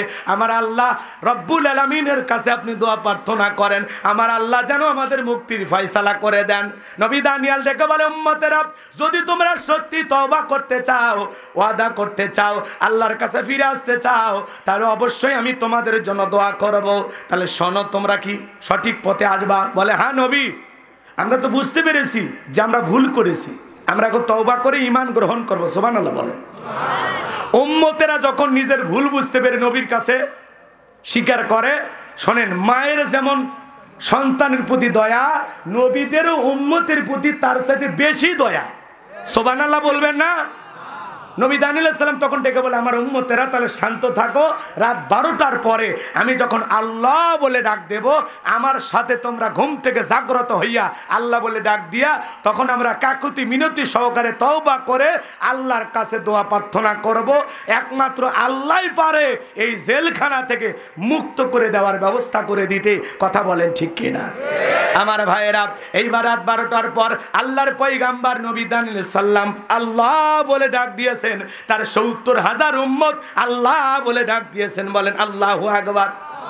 এইবার নবী দানিয়েল তাদেরকে নিয়ে কাকুতি মিনতি সহকারে তওবা করে আল্লাহর কাছে যখন কান্নাকাটি করে দোয়া করতে লাগলেন, আল্লাহ আমার উম্মতেরা ভুল করেছে, আল্লাহ তাদের অপরাধগুলো আপনি মাফ করে দেন, আল্লাহ আমার উম্মতদেরকে আপনি মাফ করে দেন, একমাত্র আপনি পারেন এই জেলখানা থেকে আমাদের মুক্ত করে দিতে। নবী যখন চোখের পানি ছেড়ে দিয়া উম্মতদেরকে নিয়ে দোয়া প্রার্থনা করেন, আমার আল্লাহ ডেকে বলে নবী দানিয়েল, দোয়া মঞ্জুর হয়ে গেছে, তোমার দোয়াকে আমি আল্লাহ পাক কবুল করে নিয়েছি। ওয়াসির এই বাদশা বখতে নাসরের জেলখানা থেকে মুক্ত করার ব্যবস্থা করে দেব। চিৎকার মেরে বলুন সুবহানাল্লাহ। এইবার বাজান গো আমার, ওই রাতে বাদশা বখতে নাসরকে আল্লাহ পাক এমন একটা মারাত্মক ভয়ঙ্কর স্বপ্ন দেখাইছেন, ওই স্বপ্ন দেখে বাদশা বখতে নাসর ঘুম থেকে চিৎকার মেরে উঠছেন। এইবার আশেপাশে প্রহরী যারা আছে ওরা তখন ডেকে বলতেছে, বাদশা এত জোরে ঘুম থেকে উঠলেন, চিৎকার মেরে ব্যাপার ডাকি? বলে চেহারা দেখে বোঝো না আমি টেনশনে আছি, মারাত্মক একটা স্বপ্ন দেখেছি, এদেশের যত স্বপ্নের তাবির কারক আছে তাদেরকে বাদশার দরবারে নিয়ে আসো। আমি বাদশার স্বপ্নের কথা বলবো, তারা এই স্বপ্নের ব্যাখ্যা দেবে। এই স্বপ্নের ব্যাখ্যা না জানা পর্যন্ত আমার চোখে আর ঘুম আসবে না। এইবার হাজার হাজার স্বপ্নের তাবির কারক বাদশার দরবারে হাজির হয়ে গেছেন। এইবার বাদশা বখতে নাসর যখন তার স্বপ্নের কথা বলতে যাবেন, ওই সময় আল্লাহ রাব্বুল আলামিন বাদশা বখতে নাসরের মাথার মেমোরির মধ্যে যত কথা আছে সব কথা নিয়ে যায় নবী দানিয়েল আলাইহিস সালামের মাথার মেমোরির মধ্যে সেভ করে দিলেন। চিৎকার মেরে বলুন সুবহানাল্লাহ। এই যুবক, একটা মোবাইলে যা আছে আর একটা মোবাইলে শেয়ারের মাধ্যমে পার করা যায় কিনা? তাহলে বাদশার মাথার মধ্যে স্বপ্নের যত কথা ছিল সব কথা নিয়ে যায় নবীর মাথার ভিতরে সেভ করে দিলেন কে? আল্লাহ। এইবার বাদশা যখন জনগণের সামনে, যারা স্বপ্নের তাবির কারক, স্বপ্নের ব্যাখ্যা বলতে পারে, এদের সামনে যখন স্বপ্নের কথা বলতে যাবে যে গতকাল রাত্রে স্বপ্নে কি যেন দেখলাম, আর বলতে পারে না। স্বপ্নের কথা যিনি ভুলিয়ে দিলেন তিনি কে? আল্লাহ। আরো জোরে, আরো জোরে। সে আল্লাহ আজ আছে না নাই? এইবার বাদশা বখতে নাসর মুহূর্তের মধ্যে সুর চেঞ্জ করলেন, ডায়লগ পরিবর্তন করলেন, ডেকে বলে শোনো, গতকাল রাত্রে স্বপ্নে কি দেখেছি সেই স্বপ্নের কথাও তোমাদেরকে বলতে হবে, এই স্বপ্নের ব্যাখ্যা কি হবে তাও তোমাদেরকে বলা লাগবে। জনগণ ডেকে বলে বাদশায় তো পাগলামি কথা, স্বপ্ন দেখেছেন আপনি, আমরা কিভাবে জানি? আচ্ছা বলেন তো, বাদশা কি স্বপ্ন দেখেছে জনগণ জানে? আপনি স্বামী স্ত্রী একই খাটে ঘুমান, আপনার বউ আপনার বাদ দিয়া আর একটা ছেলেকে নিয়ে পাবনা শহরে ঘুরতেছে, মার্কেট করতেছে, কথা কয় না। আপনি যদি টের পাইতেন আপনার বউ আপনার বাদ দিয়ে আর একটা ছেলেকে নিয়ে পার্কে ঘুরতেছে, কি বউরে ঘুমাইতে দিতেন? কথা কয় না। কি করতেন? মার হলো নি। তার মানে আপনার বউ স্বপ্নে কি দেখে আপনার পাশেই শুয়ে থাকে আপনি জানেন? জানেন? আবার আপনি স্বপ্নে আপনার বউকে বাদ দিয়া আর একটা মেয়েরে পটাইয়া নিয়ে যায়, আপনার শহরে যা বলতেছেন মামা চটপটি হবে, ফুচকা হবে, ঝাল একটু বেশি। কথা কয় না। এইবার ফুচকা নিয়ে দুইজন বসে আছে, মেয়েটা বলতেছে আপনি আগে শুরু করেন, বলেন না জান তুমি আগে শুরু করো। তখন বলতেছে যেহেতু খাওয়াইতে নিয়ে আসছেন একটু তুলে খাওয়ান। কথা কয় না। এবার কি করছে জানেন? ফুচকা নিয়ে মেয়েটার মুখে তুলে খাওয়াচ্ছে। আচ্ছা বান্ধবীর মুখে তুলে খাওয়াইলে সব না গুনাহ? জোরে কয় না। আর কোন স্বামী যদি তার স্ত্রীর মুখে এক লোকমা খাবার তুলে খাওয়ায়, আল্লাহ রাস্তায় সদকা করলে যে সব স্বামীর আমল নামায় আল্লাহ সেই সব লিখে দেয়। তাহলে বউরে তুলে খাওয়াইলে সব, বান্ধবীরে খাওয়াইলে সব না পাপ। কথা কি বোঝা গেল? এখনকার স্মার্ট ডিজিটাল যুবক, সেদিন দেখি বাপরে বাপ, এক যুবক কি করছে জানেন? ডাব একটা কিনে মেয়ের হাতে দিছে, মেয়ে এবার পাইপ দিয়া ডাবের পানি তার মুখে নিয়ে যাইতেছে। এই ছেলে আবার ডাবের ভিতরে পাইপ না দিয়ে সরাসরি মেয়ের মুখের ভিতর দিছে। আর্সেনিক মুক্ত খাবার খাচ্ছে। কথা কোন ঠিক না? কি জামানা বইরা গেছে ভাই। এ যুবক ধরত বস বাবা বস, তোরা রাগ করিস কে? ভালো না লাগলে আমারে রাইখে যাস না, খালি একবার হাত তুলে বলেন হুজুর দোয়া করেন, বিশ্বাস করবো আমি দোয়া করে দেবো, তোমরা বেঁচে যাবে আমিও বেঁচে যাই। কারণ আমার কথা বলতে মনে করে কলিজার সবটুকু শক্তি দিচ্ছি, তাও কাম হচ্ছে না। সেটা কি হচ্ছে আমি বুঝেছি, মানে শরীরের সব শক্তি দিচ্ছি, হচ্ছে না। চিৎকার মারিচ্ছি, আওয়াজ ফুটিচ্ছে না, বোবার মতো অবস্থা হয়ে গেছে। এদিক খেয়াল করেন না, আর কিছু বললেন না, আমি কিছু বলতে বলছি, আমার কষ্ট হচ্ছে, আমি সেটা আপনাদেরকে বললাম। হয়তো অনেকে ভাবতেছেন হুজুরের ওয়াজ মোবাইলে কি সুন্দর লাগে, কি সুন্দর সাউন্ড, তো বোঝা লাগবি না, সব জায়গায় একই হয়। এই হলো, চলেন সামনের দিকে যাই, কথা ভুলে গেলে চলবে না। কি কথা? আপনি স্বপ্নে কি দেখেন আপনার বউ জানে? মাঝে মাঝে স্বপ্নে দেখেন আপনার সাপ তাড়া করছে, ঘুমোর থেকে উঠে সাপ খুঁজে পান। স্বপ্নে দেখেন বাড়িতে আগুন লাগছে, ঘুমোর থেকে উঠে আগুন দেখা যায়? কথা কয় না। মাঝে মাঝে দেখেন স্বপ্নে আপনি মারা গেছেন, ঘুমোর থেকে লাফে উঠে না বেঁচে আছি। কথা কন ঠিক কিনা? স্বপ্নে আমরা কত কিছু দেখি, কথা কন ঠিক কিনা? কত যুবক দেখেন না নায়িকাদের ছবি ঘরের ভিতরে, পুরো ঘর নায়িকাদের ছবি, ঘুমানোর আগে একবার করে দেখে, আরে এরকম একটা বউ যদি ভাইতাম কপাল খুলে যাইতো। এখন ঘুমের ঘরে স্বপ্নে দেখে ওই নায়িকা ওর বুকের ওপর। কথা কন ঠিক না?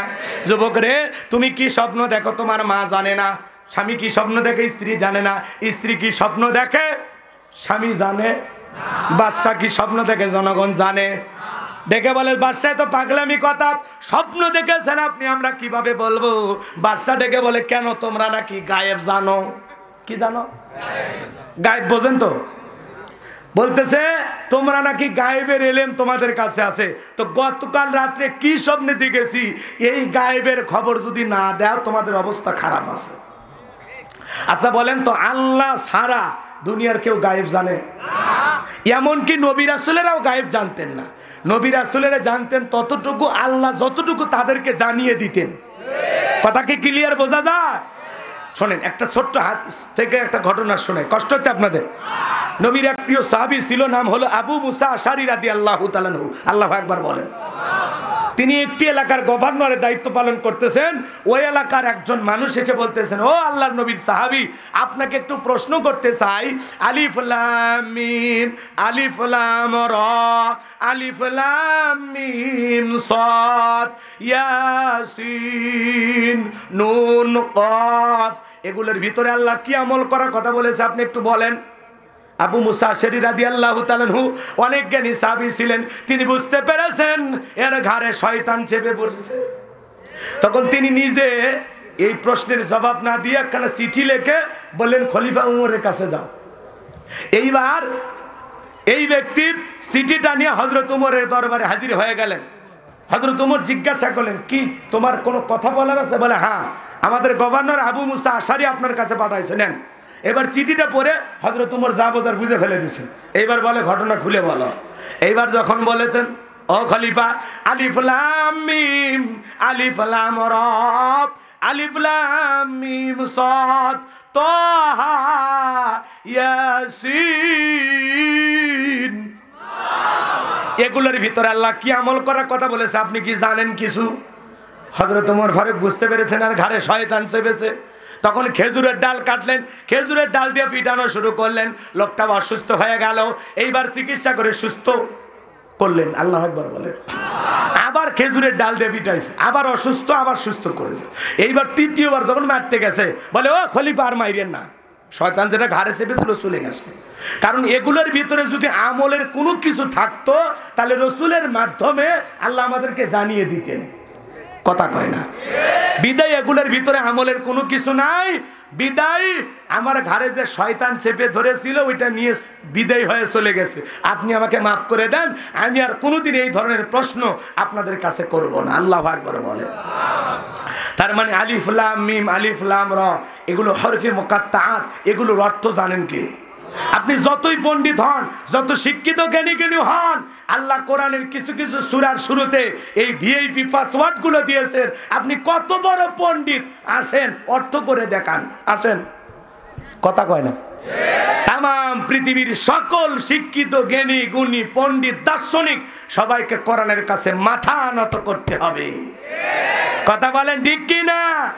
এই জন্য কোনো ভণ্ড পীর যদি বলে আলিফ লাম মিম এগুলোর অর্থ দুনিয়ার কোনো আলেম জানে না, আমি ভণ্ড পীর জানি, ওর একটা গোপন রুমের ভিতরে নিয়ে যাবেন আর হযরত উমর যে পদ্ধতি শিখাই দিলেন, আচ্ছা তারে পিটাইবেন, পিটাইয়া পিটাইয়া বলবেন এটা গায়েবী মার, কারো কাছে বলবি না, বললে ধ্বংস হয়ে যাবে। কথা বোঝেন নাই? আমাদের দেশে ভণ্ড পীর আছে না নাই? দেখেন না, স্লোগান দেয়, কই পানির ভিতর চললে বাতি আর বাতাসেও নেবে না, ল্যাংটা বাবার মুরিদ হইলে নামাজ রোজা লাগে না। আছে ভণ্ড, আছে না? যে পীর সাহেব বলে নামাজ রোজা লাগবে না, ওটা পীর না টাটকা শয়তান। ওরে দেখার শয়তানকে দেখার মধ্যে কোনো পার্থক্য আছে? বলে সিজদার মতো একটা সিজদা দিবি, জান্নাত পার হয়ে জাহান্নামে পড়ে যাবি। এরকম ভণ্ড আছে না নাই? ডুকি তবলা বাজায় গান গায়, লাফায়, কয় কিরমান কাতিবিন রোজা হাসরের দিন আল্লাহর দরবারে যদি করে অভিযোগ, হায় হায় মাওলার দরবারে যদি করে অভিযোগ, আমি বলবো দুনিয়ায় ছিলাম হেলাল বাবার লোক, আমি বলবো দুনিয়ায় ছিলাম ল্যাংটা বাবার লোক। আছে ভণ্ড, আছে। ও আল্লাহর লোক না, রসুলের লোক না, কার লোক? হেলাল বাবার লোক। এরকম ভণ্ড আছে না নাই? তাহলে ভণ্ড পীরের কাছে যাওয়া যাবে? পীর ছিল শাহজালাল, খানকাই পীর, রাজপথে পীর, নারাই তাকবীর হুঙ্কার দিয়েছেন, গৌর গোবিন্দ ময়দান ফাঁকা করে দিয়েছে। আল্লাহু আকবার বলেন। এটা ওলিদের পুণ্যভূমি, এখানে আল্লাহওয়ালা ছিল। কথা বলেন না কেন? পীর ছিল শাহজালাল, শাহপরান, শাহ মাকদুম, বাইজিদ বুস্তামি, আব্দুল কাদের জিলানী, আল্লামা খাজা, মঈনুদ্দিন চিশতি রহমতুল্লাহ আলাইহ, রংপুরের কেরামতুল্লাহ, বগুড়ার শাহ সুলতান, রাজশাহীর শাহ মাকদুম, বাগেরহাটের খান জাহান আলী। এটা ওলিদের পুণ্যভূমি। আগে গান হইতো না, রেডিওতে শুনেননি? ওলি আল্লাহর বাংলাদেশ, রহম করো আল্লাহ, রহম করো আল্লাহ, শেখ ফরিদের বাংলাদেশ। ওগুলো তো লাগে না, এখন খালি ঝাক্কা নাক্কা ডিজে। কথা কয় না? এই যে স্বাধীনতা আসতেছে, কত তারিখ? 16 ডিসেম্বর, মহান বিজয় দিবস। 1971 সালে এদেশকে স্বাধীন করার জন্য লক্ষ লক্ষ মানুষ জীবন দিলেন, মা বোনেরা জীবন দিলেন। আর আমরা সেই দিন শহীদদের স্মরণে দোয়া না করে আমরা গান গাই। কথা কয় না? রাগ করতেছেন? রাগ করতেছেন আপনারা? বিরক্ত যেন হইন না। যারা এদেশের মাটি, বাংলাদেশ নামের একটি দেশ, স্বাধীন ভূখণ্ড জন্ম দেওয়ার জন্য যারা রক্ত দিয়েছেন, জীবন দিয়েছেন, আমাদের পূর্বপুরুষেরা, তাদের জন্য দিল থেকে দোয়া করা লাগবে। তারা যদি জীবন না দিত, এদেশটা পূর্ব পাকিস্তান থাকতো। কথা কয় না? অথবা ভারতের বর্ডারের কাছে আমরা যেহেতু, ওরাই আমাদেরকে ভারত বানায় নিত। কিন্তু এই যে এই 56,000 বর্গ মাইল, এই ছোট্ট সোনার টুকরা স্বাধীন ভূখণ্ড দিয়েছেন কারা? কথা কয় না? 1971 সালে এদেশকে স্বাধীন করার জন্য লড়াই করেছিল যারা, জাতির শ্রেষ্ঠ সন্তান বীর মুক্তিযোদ্ধারা। কথা বলে ঠিক কিনা? তাদের স্মরণে দোয়া হবে না গান হবে? কথা বলেন না কেন? বিজয় দিলে কি গাওয়া লাগে? কথা কয় না? আর দেখবেন বিজয় দিবস পালন করা উপলক্ষে মহিলাদের নাচানাচি আছে না? না, এ কথা কন নাকি আপনারা? আপনাদের এলাকায় আছে? হ্যাঁ, বিজয় দিবস উপলক্ষেও ডিজে পার্টি ডিক ডিক আওয়াজ দিয়ে গান বাজাইতেছে, আছে না নাই? শোনেন, ভুলে গেলে চলবে না। এদেশে স্বাধীন করার জন্য আমাদের পূর্বপুরুষেরা রক্ত দিয়েছেন। কথা বলে ঠিক কিনা? এক সাগর রক্তের বিনিময়ে বাংলার স্বাধীনতা আনলে যারা, আমরা তোমাদের ভুলবো না, আমরা তোমাদের ভুলবো না। কথা বলে ঠিক কিনা? এই গানটা আমরা এইভাবে গাইব। এক সাগর রক্তের বিনিময়ে বাংলার স্বাধীনতা দিলেন যিনি, আমরা আল্লাহকে ভুলবো না, আমরা আল্লাহকে ভুলবো না। কথা বলে ঠিক কিনা? স্বাধীনতা দেওয়ার মালিক কে? বিজয় দেওয়ার মালিক কে? আমার আল্লাহ বলেন, ইযা জাআ নাসরুল্লাহি ওয়াল ফাতহ ওয়া রাআইতান নাস ইয়াদখুলুনা ফি দীনিল্লাহি আফওয়াজা ফাসাব্বিহ বিহামদি রাব্বিকা ওয়াস্তাগফির ইন্নাহু কানা তাওয়াবা। আমার আল্লাহ ডেকে বলেন, আমার আল্লাহর পক্ষ থেকে যখন তোমাদেরকে বিজয় দেওয়া হয়, দেখবেন আল্লাহ তাআলা যখন বিজয় দেবেন, মানুষ দলে দলে তখন ইসলামের পথে ইসলাম গ্রহণ করবে, আল্লাহর পথে পরিচালিত হবে। কথা বলেন ঠিক কিনা? মানুষ তখন দ্বীনের বিজয় যখন হবে, কোরআনের বিজয় যখন হবে, ইসলামের যখন বিজয় হবে, মানুষ তখন দলে দলে ইসলাম ধর্ম গ্রহণ করবে। কথা বলে ঠিক কিনা? এবং যারা দ্বীনের ভিতরে প্রবেশ করবে, আমার আল্লাহ রাব্বুল আলামিন বলেন, যখন তুমি দেখবে তারা তোমার রবের পথে দ্বীনের পথে প্রবেশ করতেছে, তারা যেন কৃতজ্ঞতা প্রকাশ করে, শুকরিয়া আদায় করে। সুবহানাল্লাহ বলেন, আল্লাহর পবিত্রতা ঘোষণা করে, বলেন আল্লাহু আকবার। এবং আল্লাহ তাআলার কাছে যেন ক্ষমা প্রার্থনা করে। কি করে? তাহলে আল্লাহ বিজয় দিলে তাসবিহ পাঠ করতে হবে কার? শুকরিয়া হবে কার? আমরা বাংলাদেশ পেয়েছি, খুশি না বেজার? তাহলে যে আল্লাহ পাক আমাদেরকে বাংলাদেশ নামের একটা স্বাধীন ভূখণ্ড দিয়েছেন, সে আল্লাহর শুকরিয়া আদায় করার দরকার আছে না নাই? তাহলে চিৎকার মেরে বলুন আলহামদুলিল্লাহ। তাহলে 16ই ডিসেম্বর উপলক্ষে গান বাজনা করা থেকে আমরা বিরত থাকবো ইনশাআল্লাহ। আমরা কি করব? দোয়া অনুষ্ঠান করব। আমরা শহীদদের জন্য অন্তর থেকে দোয়া করব, তাদের রুহের মাগফিরাত কামনায় দোয়া হবে মসজিদে মসজিদে, মাদ্রাসায় মাদ্রাসায়। কথা বলে ঠিক কিনা? কিন্তু তা না কইরা 16ই ডিসেম্বর বিজয় দিবস উপলক্ষেও সাংস্কৃতিক অনুষ্ঠানের নামে নারীদের অবাধ নাচ। কথা কয়? রাগ কইরেন না, করলে করেন, সমস্যা নেই। ওই সারাদিন একটু দিনের বেলায় খেলা টেলা দেখাইয়া রাতের বেলায় মহিলা নিয়ে এসে নাচে। কথা কয় না? নাম দেশে পিকনিক। এগুলো করো না। মাঝে মাঝে ভূমিকম্প দেয় আল্লাহ নারায়, বোঝো না? কি বুঝায়? বান্দা সাবধান হ, বাঁকা পথে চলিস না। আসমান জমিনের যত বিপর্যয়, যত দুর্যোগ, সব বান্দার দুই হাতের কামায়। কথা কয় না? কথা কয় না? এই যে অনাবৃষ্টি হয় কেন হয়?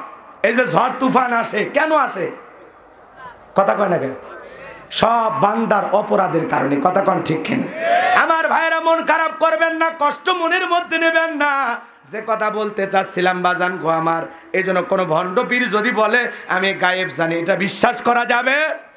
গায়েবের এলেম কার কাছে? বাদশা ডেকে বলা, সনব তোমরা যদি না বলতে পারো গতকাল রাত্রে স্বপ্নে কি দেখেছি, তাহলে আমি তোমাদেরকে 7 দিনের সময় বেঁধে দিলাম।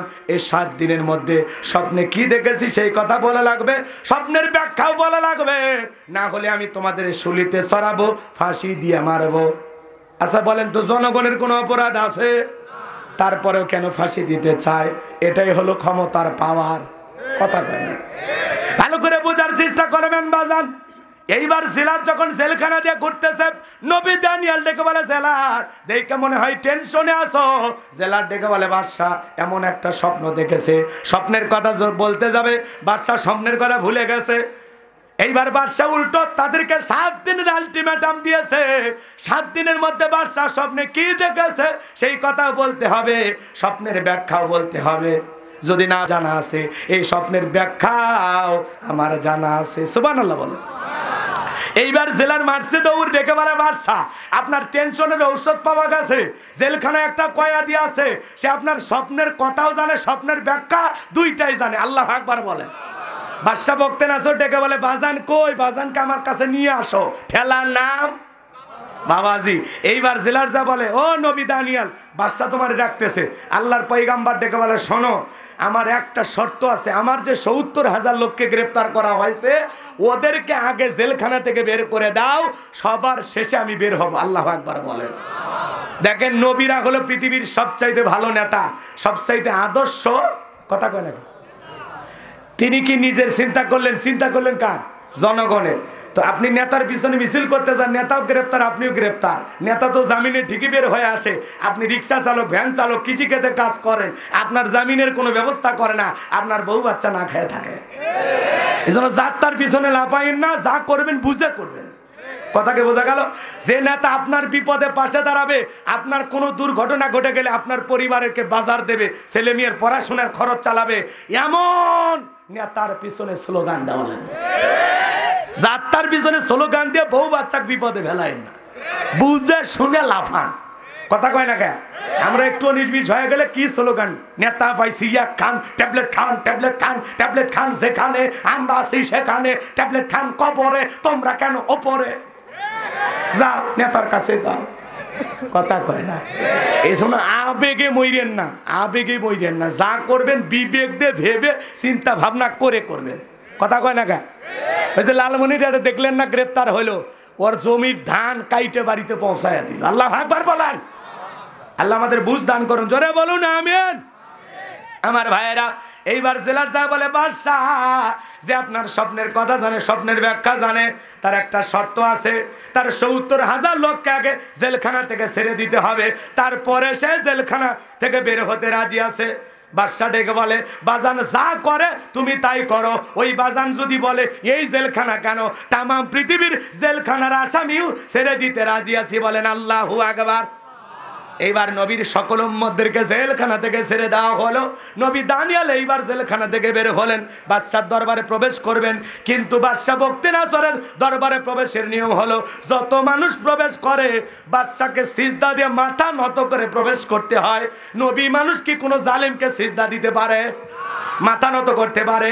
আপনি যদি ইমানদার হন, আপনার মাথা মাজারে নত হবে না, নেতার পায়ে নত হবে না, পীরের পায়ে নত হবে না, মুসলমানের মাথা নত হবে মসজিদে। কথাকে বোঝা গেল? একটু দুনিয়ার সুখ সুবিধা পাওয়ার আশায় যাত্রার কাছে মাথা নত করা যাবে না।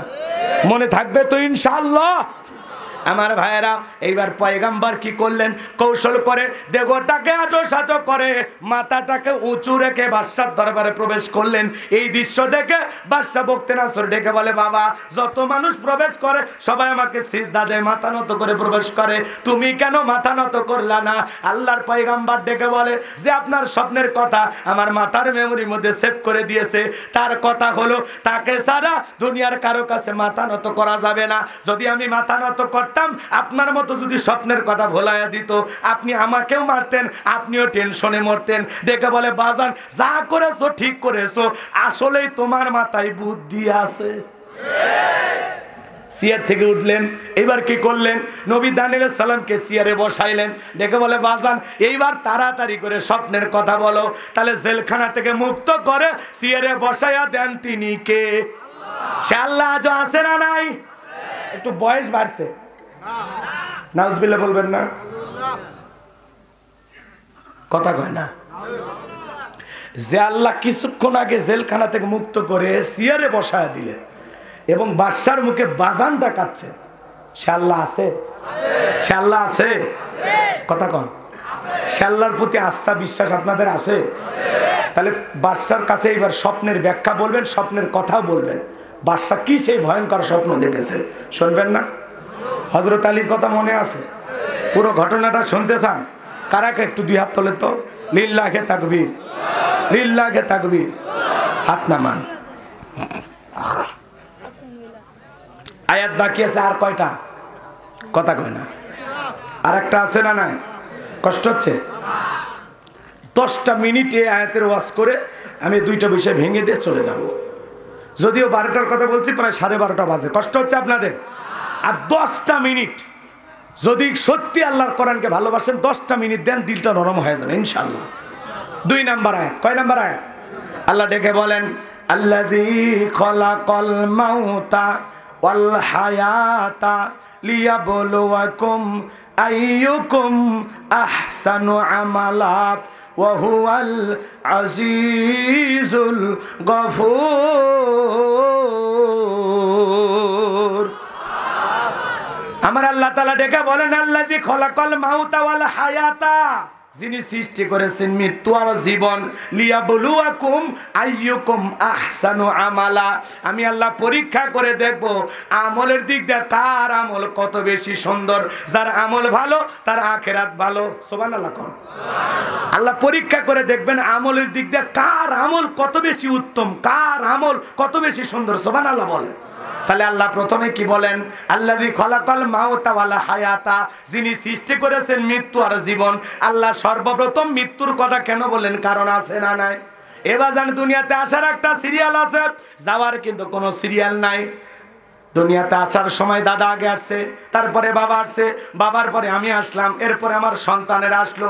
দুনিয়াতে একটা মানুষ আগমন করবে 9 মাস আগে, 10 মাস আগে জানা যায়, কিন্তু একটা মানুষ বিদায় নেবে 9 সেকেন্ড আগেও কেউ জানে না।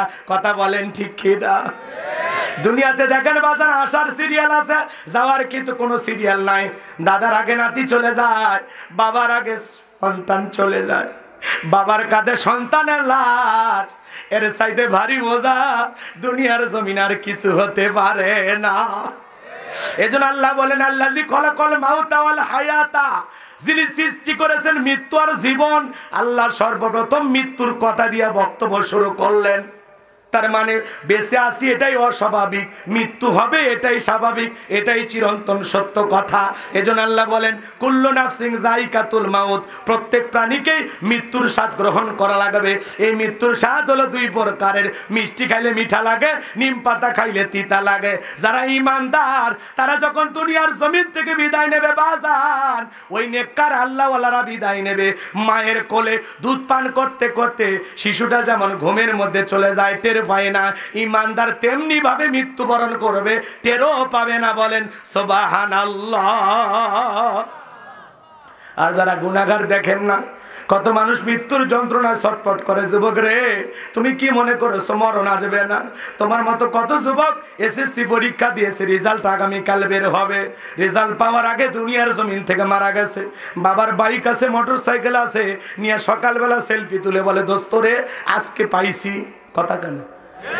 এই যে মোটর সাইকেল নিয়ে ঘুরতেছি, সন্ধ্যাবেলায় ট্রাকের চাকা তলে যায় লাশ। কথা বলেন ঠিক কিনা? যুবকরে, কার কখন মৃত্যু আসবে আমরা কেউ জানি না। তুমি মনে করছো আমি 10 তলা বিল্ডিং এ থাকি, লিফটের সুইচ মনে হয় মালাকুল মাউত জানে না।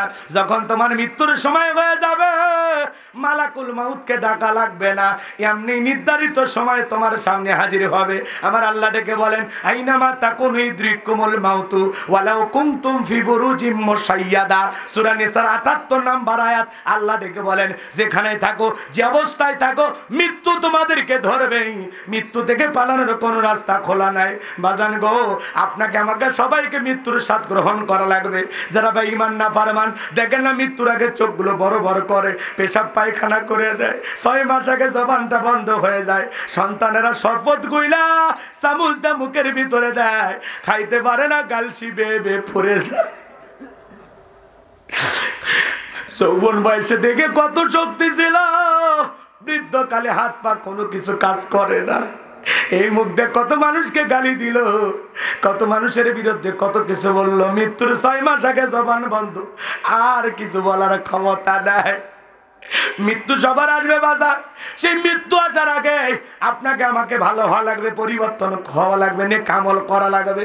আল্লাহ নবী মুসা আলাইহিস সালামকে জিজ্ঞাসা করা হয়েছিল, ও আল্লাহর নবী মুসা, মৃত্যুর যন্ত্রণা আপনার কাছে কেমন মনে হয়? হযরত মুসা আলাইহিস সালাম ডেকে বলেন, জ্যান্ত ছাগলের গা থেকে চামড়া খসাইলে ছাগলের যেমন কষ্ট হয়, মৃত্যুর যন্ত্রণা আমার কাছে তেমনি কষ্টকর মনে হয়। আপনার আমার নবী ইন্তিকালের পূর্বে অসুস্থ অবস্থায় নবীজি শুয়ে আছে। নবীর ইন্তিকালের সময় হযরতে ফাতেমা অজরের চোখের পানি ছেড়ে দিয়ে কান্না করেন। নবীজি ফাতেমার চোখের পানি দেখে ডেকে বলেন, মা তোর চোখের পানি আমি সহ্য করতে পারি না, মা আয় আয় আমার কাছে আয়, তোর কানটা একটু আমার মুখের কাছে লাগায় দে। নবীজি ফিস ফিস করে কি যেন বললেন, হযরতে ফাতেমার কান্না বন্ধ হয়ে গেল। আম্মা জান আয়েশা জিজ্ঞাসা করে, মা তোমার বাবা কি এমন কথা বলেছে যার কারণে তোমার কান্না বন্ধ হয়ে গেল? হযরতে ফাতেমা ডেকে বলে, মা আমার বাবা আমাকে বলেছেন বাবার ইন্তিকালের পরে সর্বপ্রথম বাবার সাথে আমার সাক্ষাৎ হবে। আল্লাহু আকবার বলেন। এবার নবীজির বাড়ির দরজায় জিবরাইল নবীকে সালাম দেন, আসসালামু আলাইকুম ইয়া রাসূলুল্লাহ ইয়া হাবিবাল্লাহ হুজুর। ও নবী, আপনার অনুমতির অপেক্ষায় আজকে আমি দাঁড়িয়ে আছি। শুধু আজকে আমি একা আসি নাই, আসমান থেকে আর একজন ফেরেশতা এসেছেন, তার নাম হলো মালাকুল মউত আজরাইল। আর আমি বাড়ির বাইরে দাঁড়া আছি, নবী আপনি অনুমতি দিলে ভিতরে প্রবেশ করব। বিশ্বনবী ডেকে বলে, মা ফাতেমা দরজা খুলে দাও। এইবার দরজা খুলে দেওয়া গেল। মালাকুল মউত নবীজির কাছে গেলেন, নবীকে সালাম দিলেন, আসসালামু আলাইকুম ইয়া রাসূলুল্লাহ ইয়া হাবিবাল্লাহ হুজুর। নবী গো আপনি কেমন আছেন? নবী দেখে বলে, মালাকুল মউত দেখতেছ আমি অসুস্থ, এখন একটু ভালো আছি। মালাকুল মউত ডেকে বলে, নবী আমার আল্লাহ আমাকে বলেছেন আমার বন্ধুর কাছে জিজ্ঞাসা করবা, আমার বন্ধু যদি অনুমতি দেয় বন্ধুর জানটা কবজ করবা, আর বন্ধু যদি অনুমতি না দেয় আমার বন্ধুর যতদিন ইচ্ছা দুনিয়াতে থাকবে। মালাকুল মউত রে, আমার দোস্ত অনুমতি না দিলে 1 সেকেন্ড দেরি করবি না, সঙ্গে সঙ্গে চলে আসবি। আল্লাহু আকবার। আমার নবী দেখে বলে, মালাকুল মউত আজকে যদি তুমি চলে যাও আর কি কোনোদিন আসবা না? দেখে বলে, আবারও আল্লাহ যেদিন অর্ডার দেবেন সেদিন আসবো। আমার নবী ডেকে বলে, মালাকুল মউত আর আসতে হবে না, তুমি যেহেতু আসছো তোমার দায়িত্ব পালন করার জন্য, তুমি তোমার দায়িত্ব পালন করতে পারো। নবী যখন অনুমতি দিলেন, মালাকুল মউত তখন নবীজির জানটা কবজ করার জন্য, নবীজির রূহটা বের করার জন্য নবীজির বুকের উপরে যখন হাত রেখে দিয়েছেন, আমার নবী চোখের পানি ছেড়ে দিয়ে কাঁদে আর ডেকে বলে, মালাকুল মউত আজরাইল রে, তাড়াতাড়ি হাতটা নামায় নে, আমি নবী আর সহ্য করতে পারি না। আমার নবী অজরে চোখের পানি ছেড়ে দিয়ে কান্না করতেছেন আর ডেকে বলেন, মালাকুল মউত রে, এই যদি হয় মৃত্যুর যন্ত্রণা আমার উম্মতের আর তো সহ্য করতে পারবে না। মালাকুল মউত ডেকে বলেন, নবী বিশ্বাস করেন গো নবী, আমার আল্লাহ আমাকে বারবার বলেছেন, মালাকুল মউত আমার বন্ধুর সাথে যেন কোনো বেয়াদবি না হয়। বিশ্বাস করেন গো নবী, জীবনের সব চাইতে বেশি সতর্কতার সহিত কম কষ্ট দিয়া আপনার রূহটা বের করার আমি চেষ্টা করতেছি। আমার নবী ডেকে বলে, মালাকুল মউত এই যদি হয় মৃত্যুর সব চাইতে কম কষ্ট আমার উম্মতেরা তো সহ্য করতে পারবে না। মৃত্যুর আগেও নবী উম্মতের কথা বলে নাই। আল্লাহু আকবার বলেন। কেমন নবী পাইছে? ডেকে বলে, মালাকুল মউত আমার কাছে ওয়াদা দাও, আমার উম্মতকে তুমি কষ্ট দিবা না। মালাকুল মউত ডেকে বলেন, নবী আপনার কাছে আমি ওয়াদা দিলাম, যারা আপনার উম্মতের মধ্যে নেককার হবে, যারা নেক আমল করবে, নবী গো তাদের জানটা বের করার সময় আমি তাদের সব চাইতে কম কষ্ট দেব। মালাকুল মউত কিছুটা সময় অতিবাহিত হয়ে যাওয়ার পর আমার নবী যখন কিছুটা সুস্থতা বোধ করলেন, আবার যখন মালাকুল মউত অনুমতি চাইলেন, নবী দ্বিতীয়বার অনুমতি দিলেন। এইবার যখন দ্বিতীয়বার হাতটা বুকের উপর রেখে দিয়েছেন, আমার নবী ডেকে বলে, মালাকুল মউত রে, সহ্য করতে পারি না, তাড়াতাড়ি করে আবার হাতটা নামায়া নাও। আমার নবী ডেকে বলে, মালাকুল মউত, আমার কাছে মনে হয় আমার বুকের উপরে পাহাড় চেপে ধরা হয়েছে। পৃথিবীর শ্রেষ্ঠ ভালো মানুষ আপনার আমার প্রিয় নবীর কাছে মৃত্যুর যন্ত্রণা যদি এমনি কষ্টকর মনে হয়, আপনার আমার মৃত্যুর সময় যন্ত্রণা কত কঠিন হতে পারে একটু কি চিন্তা করেছেন? কথা বলেন, রাগ করতেছেন মনে হয়? বাজানগো, সকলের কিন্তু মৃত্যু হবে। দুনিয়া ক্ষণিকের, আজ আছি কাল নাই। দুনিয়া হলো মুসাফির খানা। কথা বলেন ঠিক কি? যখন তখন বিদায় ডাক চলে আসতে পারে। আজকে আপনার আমার নামটা ফজরের নামাজের পরে মসজিদের মাইকে এলান জারি হতে পারে। যুবক রে, তুমি যদি 7 দিনের সফরে কক্সবাজার যাও, তোমার একটা ব্যাগ থাকে। ওই ব্যাগে কি থাকে? চার্জার, প্রেমিকার ডায়েরি, তোমার কাপড় চোপড় যা যা লাগে সব থাকে। 7 দিনের সফরের জন্য তোমার একটা ব্যাগ লাগে। ব্যাগ ছাড়া তুমি চলতে পারো না।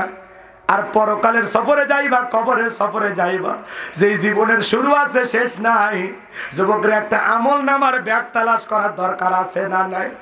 দেখো তো এই আমল নামার ব্যাগে 5 ওয়াক্ত নামাজ আছে কিনা, হজ আছে কিনা, যাকাত আছে কিনা, দান খয়রাত আছে কিনা, পিতামাতার খেদমত করেছে কিনা, বিবির সাথে ভালো আচরণ করেছো কিনা, পাড়া প্রতিবেশীর হক আদায় করেছো কিনা, ভাই বোনের হক সঠিকভাবে বুঝে দিয়েছো কিনা, বাবা হিসাবে সন্তানদের হক সঠিকভাবে বন্টন করেছেন কিনা, দুনিয়ার জমিনে কি করেছেন, আল্লাহর কাছে হিসাব দেওয়ার আগে, আল্লাহর কাজ করার আসামি হওয়ার আগে, 2 মিনিট বালিশে মাথা রেখে মৃত্যু আসার আগে একবার চিন্তা করে দেখার দরকার আছে না নাই? আমি যে পরকালের সফরে যাইতেছি, কি নিয়ে রওনা করেছি, যতটুকু আমল করেছি, এই আমলের দ্বারা নাজাত ভাগ্যে জুটবে কিনা একটু চিন্তা করার দরকার আছে না নাই? সবাইকে কবরে যেতে হবে। নবীর স্ত্রী হওয়ার পরে আম্মা জান খাদিজাতুল কুবরা চোখের পানি ছেড়ে দেওয়া জোরে কান্না করতেছেন। আমার নবী ডেকে বলে, খাদিজা, ইয়া তো কান্না কেন তুমি করতেছো? হযরতে খাদিজা ডেকে বলেন, নবী, কেন জানি আমার বারবার মৃত্যুর কথা স্মরণ হয়, আর ওই কবরের কথা ভেবে আমি কাঁদি। নবীর স্ত্রী হওয়ার পরে আম্মা জান খাদিজা কবরের কথা ভেবে কান্না করতেছেন। আমার নবীকে ডেকে বলেন, নবী গো, আমি আপনার কাছে 3টা জিনিস চাই। কয়টা জিনিস? কথা বলে না। 3টা জিনিস চাই। আমার নবী ডেকে বলে, খাদিজা, তুমি বলে মক্কার সব চাইতে ধনী রমণী, তোমার ধন সম্পদ সব তোমার পায়ের তলায় কোরবানি করেছো, জীবনে কোনোদিন আমার কাছে কিছু চাও না। ও খাদিজা, তুমি আমার কাছে যা যা চাইবা, আমার সাধ্যে থাকলে, সামর্থ্য থাকলে আমি অবশ্যই তোমার আশাগুলো পূরণ করব। চিৎকার মেরে বলুন সুবহানাল্লাহ। আপনার বউকে যদি আপনি সুযোগ দেন, তুমি আমার কাছে 3টা জিনিস চাও, 1 নাম্বার আপনার বউ চাইবে 100 ভরি সোনা। কথা কয় না?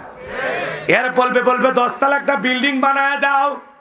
এরপরে বলবে শেষবারের মতো আমার ডিভোর্স দে, কারণ তোরে আর চলবে না, বাড়িও নতুন, স্বামীও লাগবে নতুন। কথা কয় না?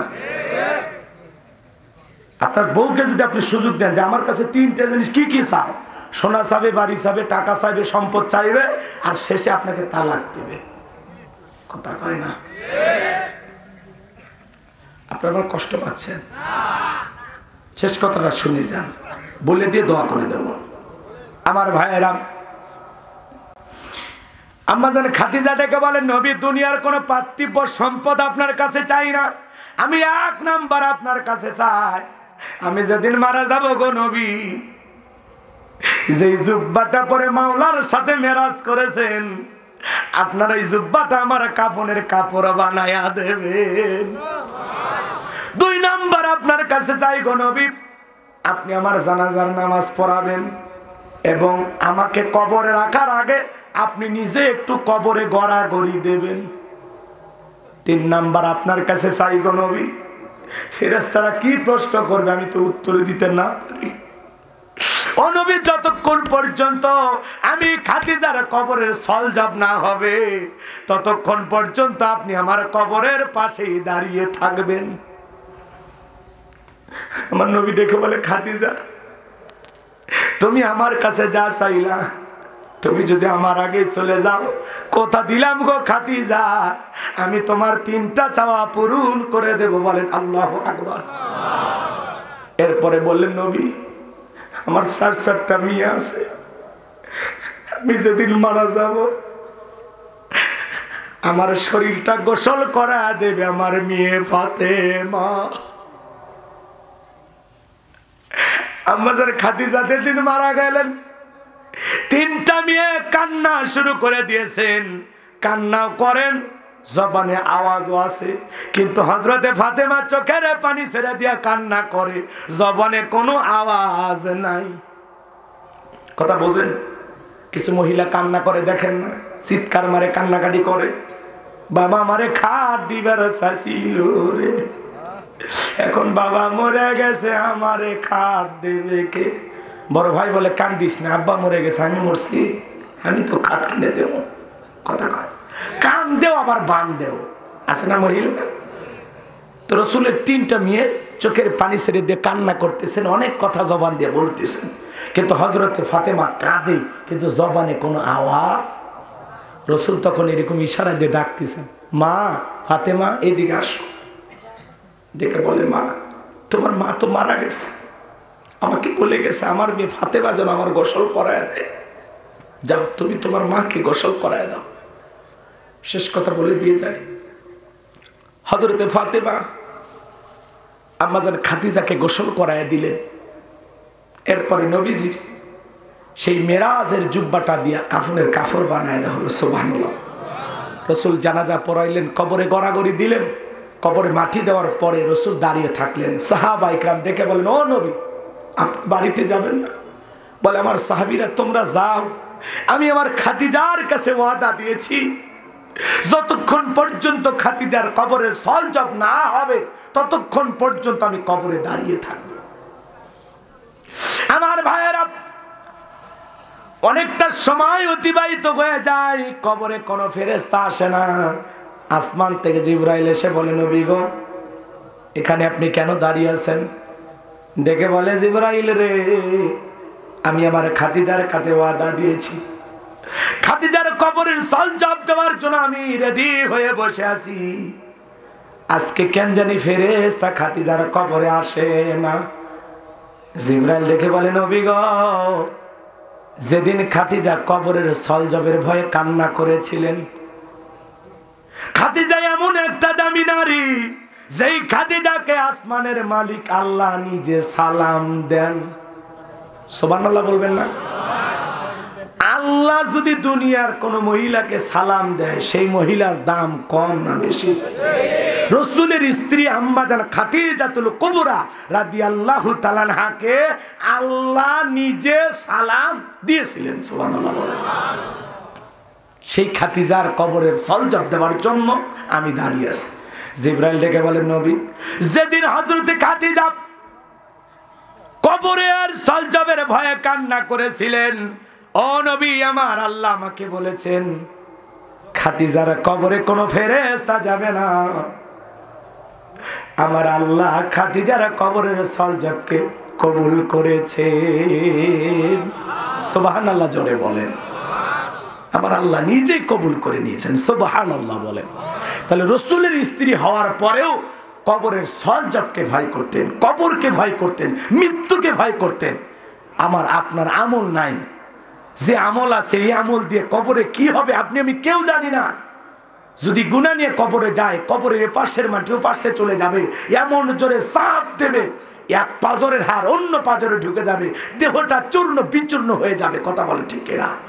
কবরে থাকা বিষাক্ত সাপ যদি সবল মারে, পা থেকে মাথা পর্যন্ত বিষের যন্ত্রণায় দেহটা জ্বলে যাবে। কথা বলে ঠিক কিনা?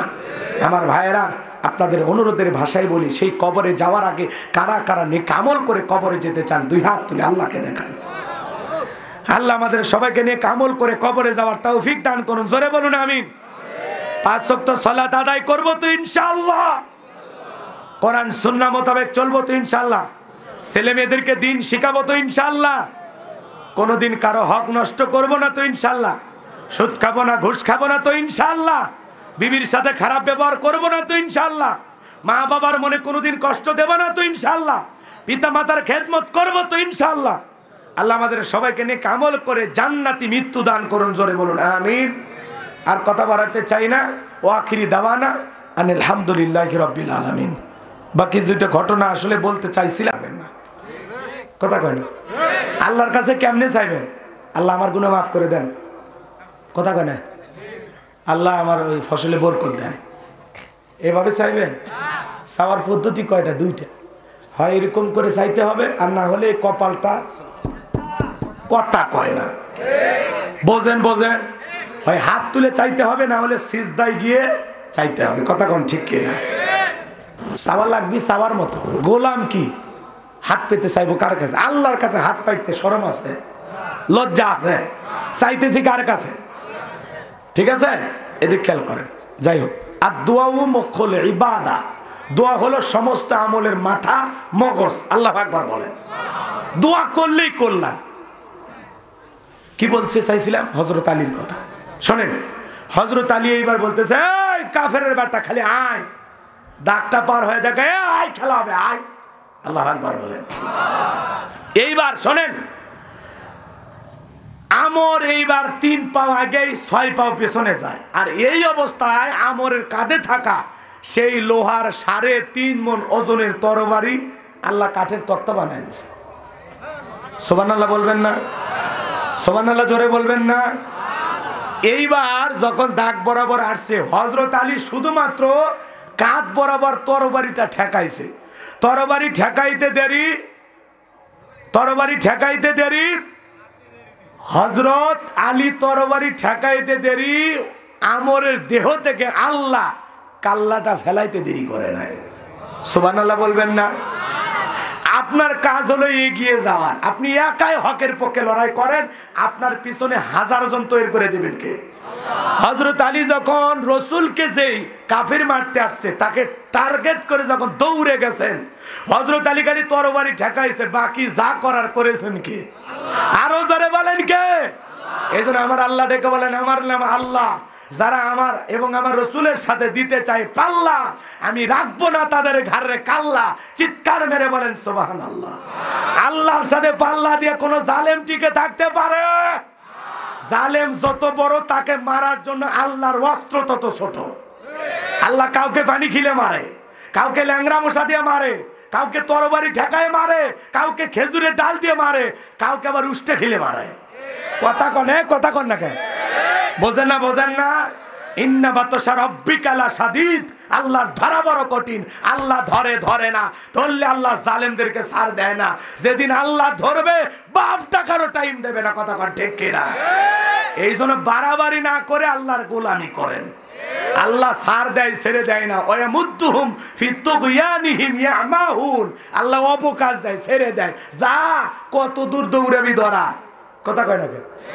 বেলা সেতে নাটাই সুতো তো আমি আল্লাহর হাতে। যেদিন টান দেব, হায়াত যেদিন শেষ হবে, কবরে আসার পর আমার খেলা শুরু হবে। তোর খেলা দুনিয়াতে, আমার খেলা কোন জায়গায়? কথা কোন ঠিক কি না? এজন্য আল্লাহ আমাদেরকে হেদায়েত দান করুন। জোরে বলুন আমিন। আর হযরত আলী যেই দোয়াটা পড়েছিলেন, কোরআনের সবচাইতে দামি আয়াত আয়াতুল কুরসি। সকলেই একবার পড়েন, আস্তাগফিরুল্লাহ রব্বি মিন কুল্লি যামবি ওয়া আতুবু ইলাইহি আস্তাগফিরুল্লাহাল্লাযী লা ইলাহা ইল্লা হুয়াল হাইয়ুল কাইয়্যুম লা হাওলা ওয়ালা কুওয়াতা ইল্লা বিল্লাহিল আলিয়্যুল আযীম। এবার দরুদ ইব্রাহিম পড়েন। আল্লাহুম্মা সাল্লি আলা মুহাম্মাদ ওয়া আলা মুহাম্মাদ কামা সাল্লাইতা আলা ইব্রাহিম ওয়া আলা আলি ইব্রাহিম ইন্নাকা হামিদুম মাজিদ। আল্লাহুম্মা বারিক আলা মুহাম্মাদ ওয়া আলা আলি মুহাম্মাদ কামা বারাকতা আলা ইব্রাহিম ওয়া আলা আলি ইব্রাহিম ইন্নাকা হামিদুম মাজিদ।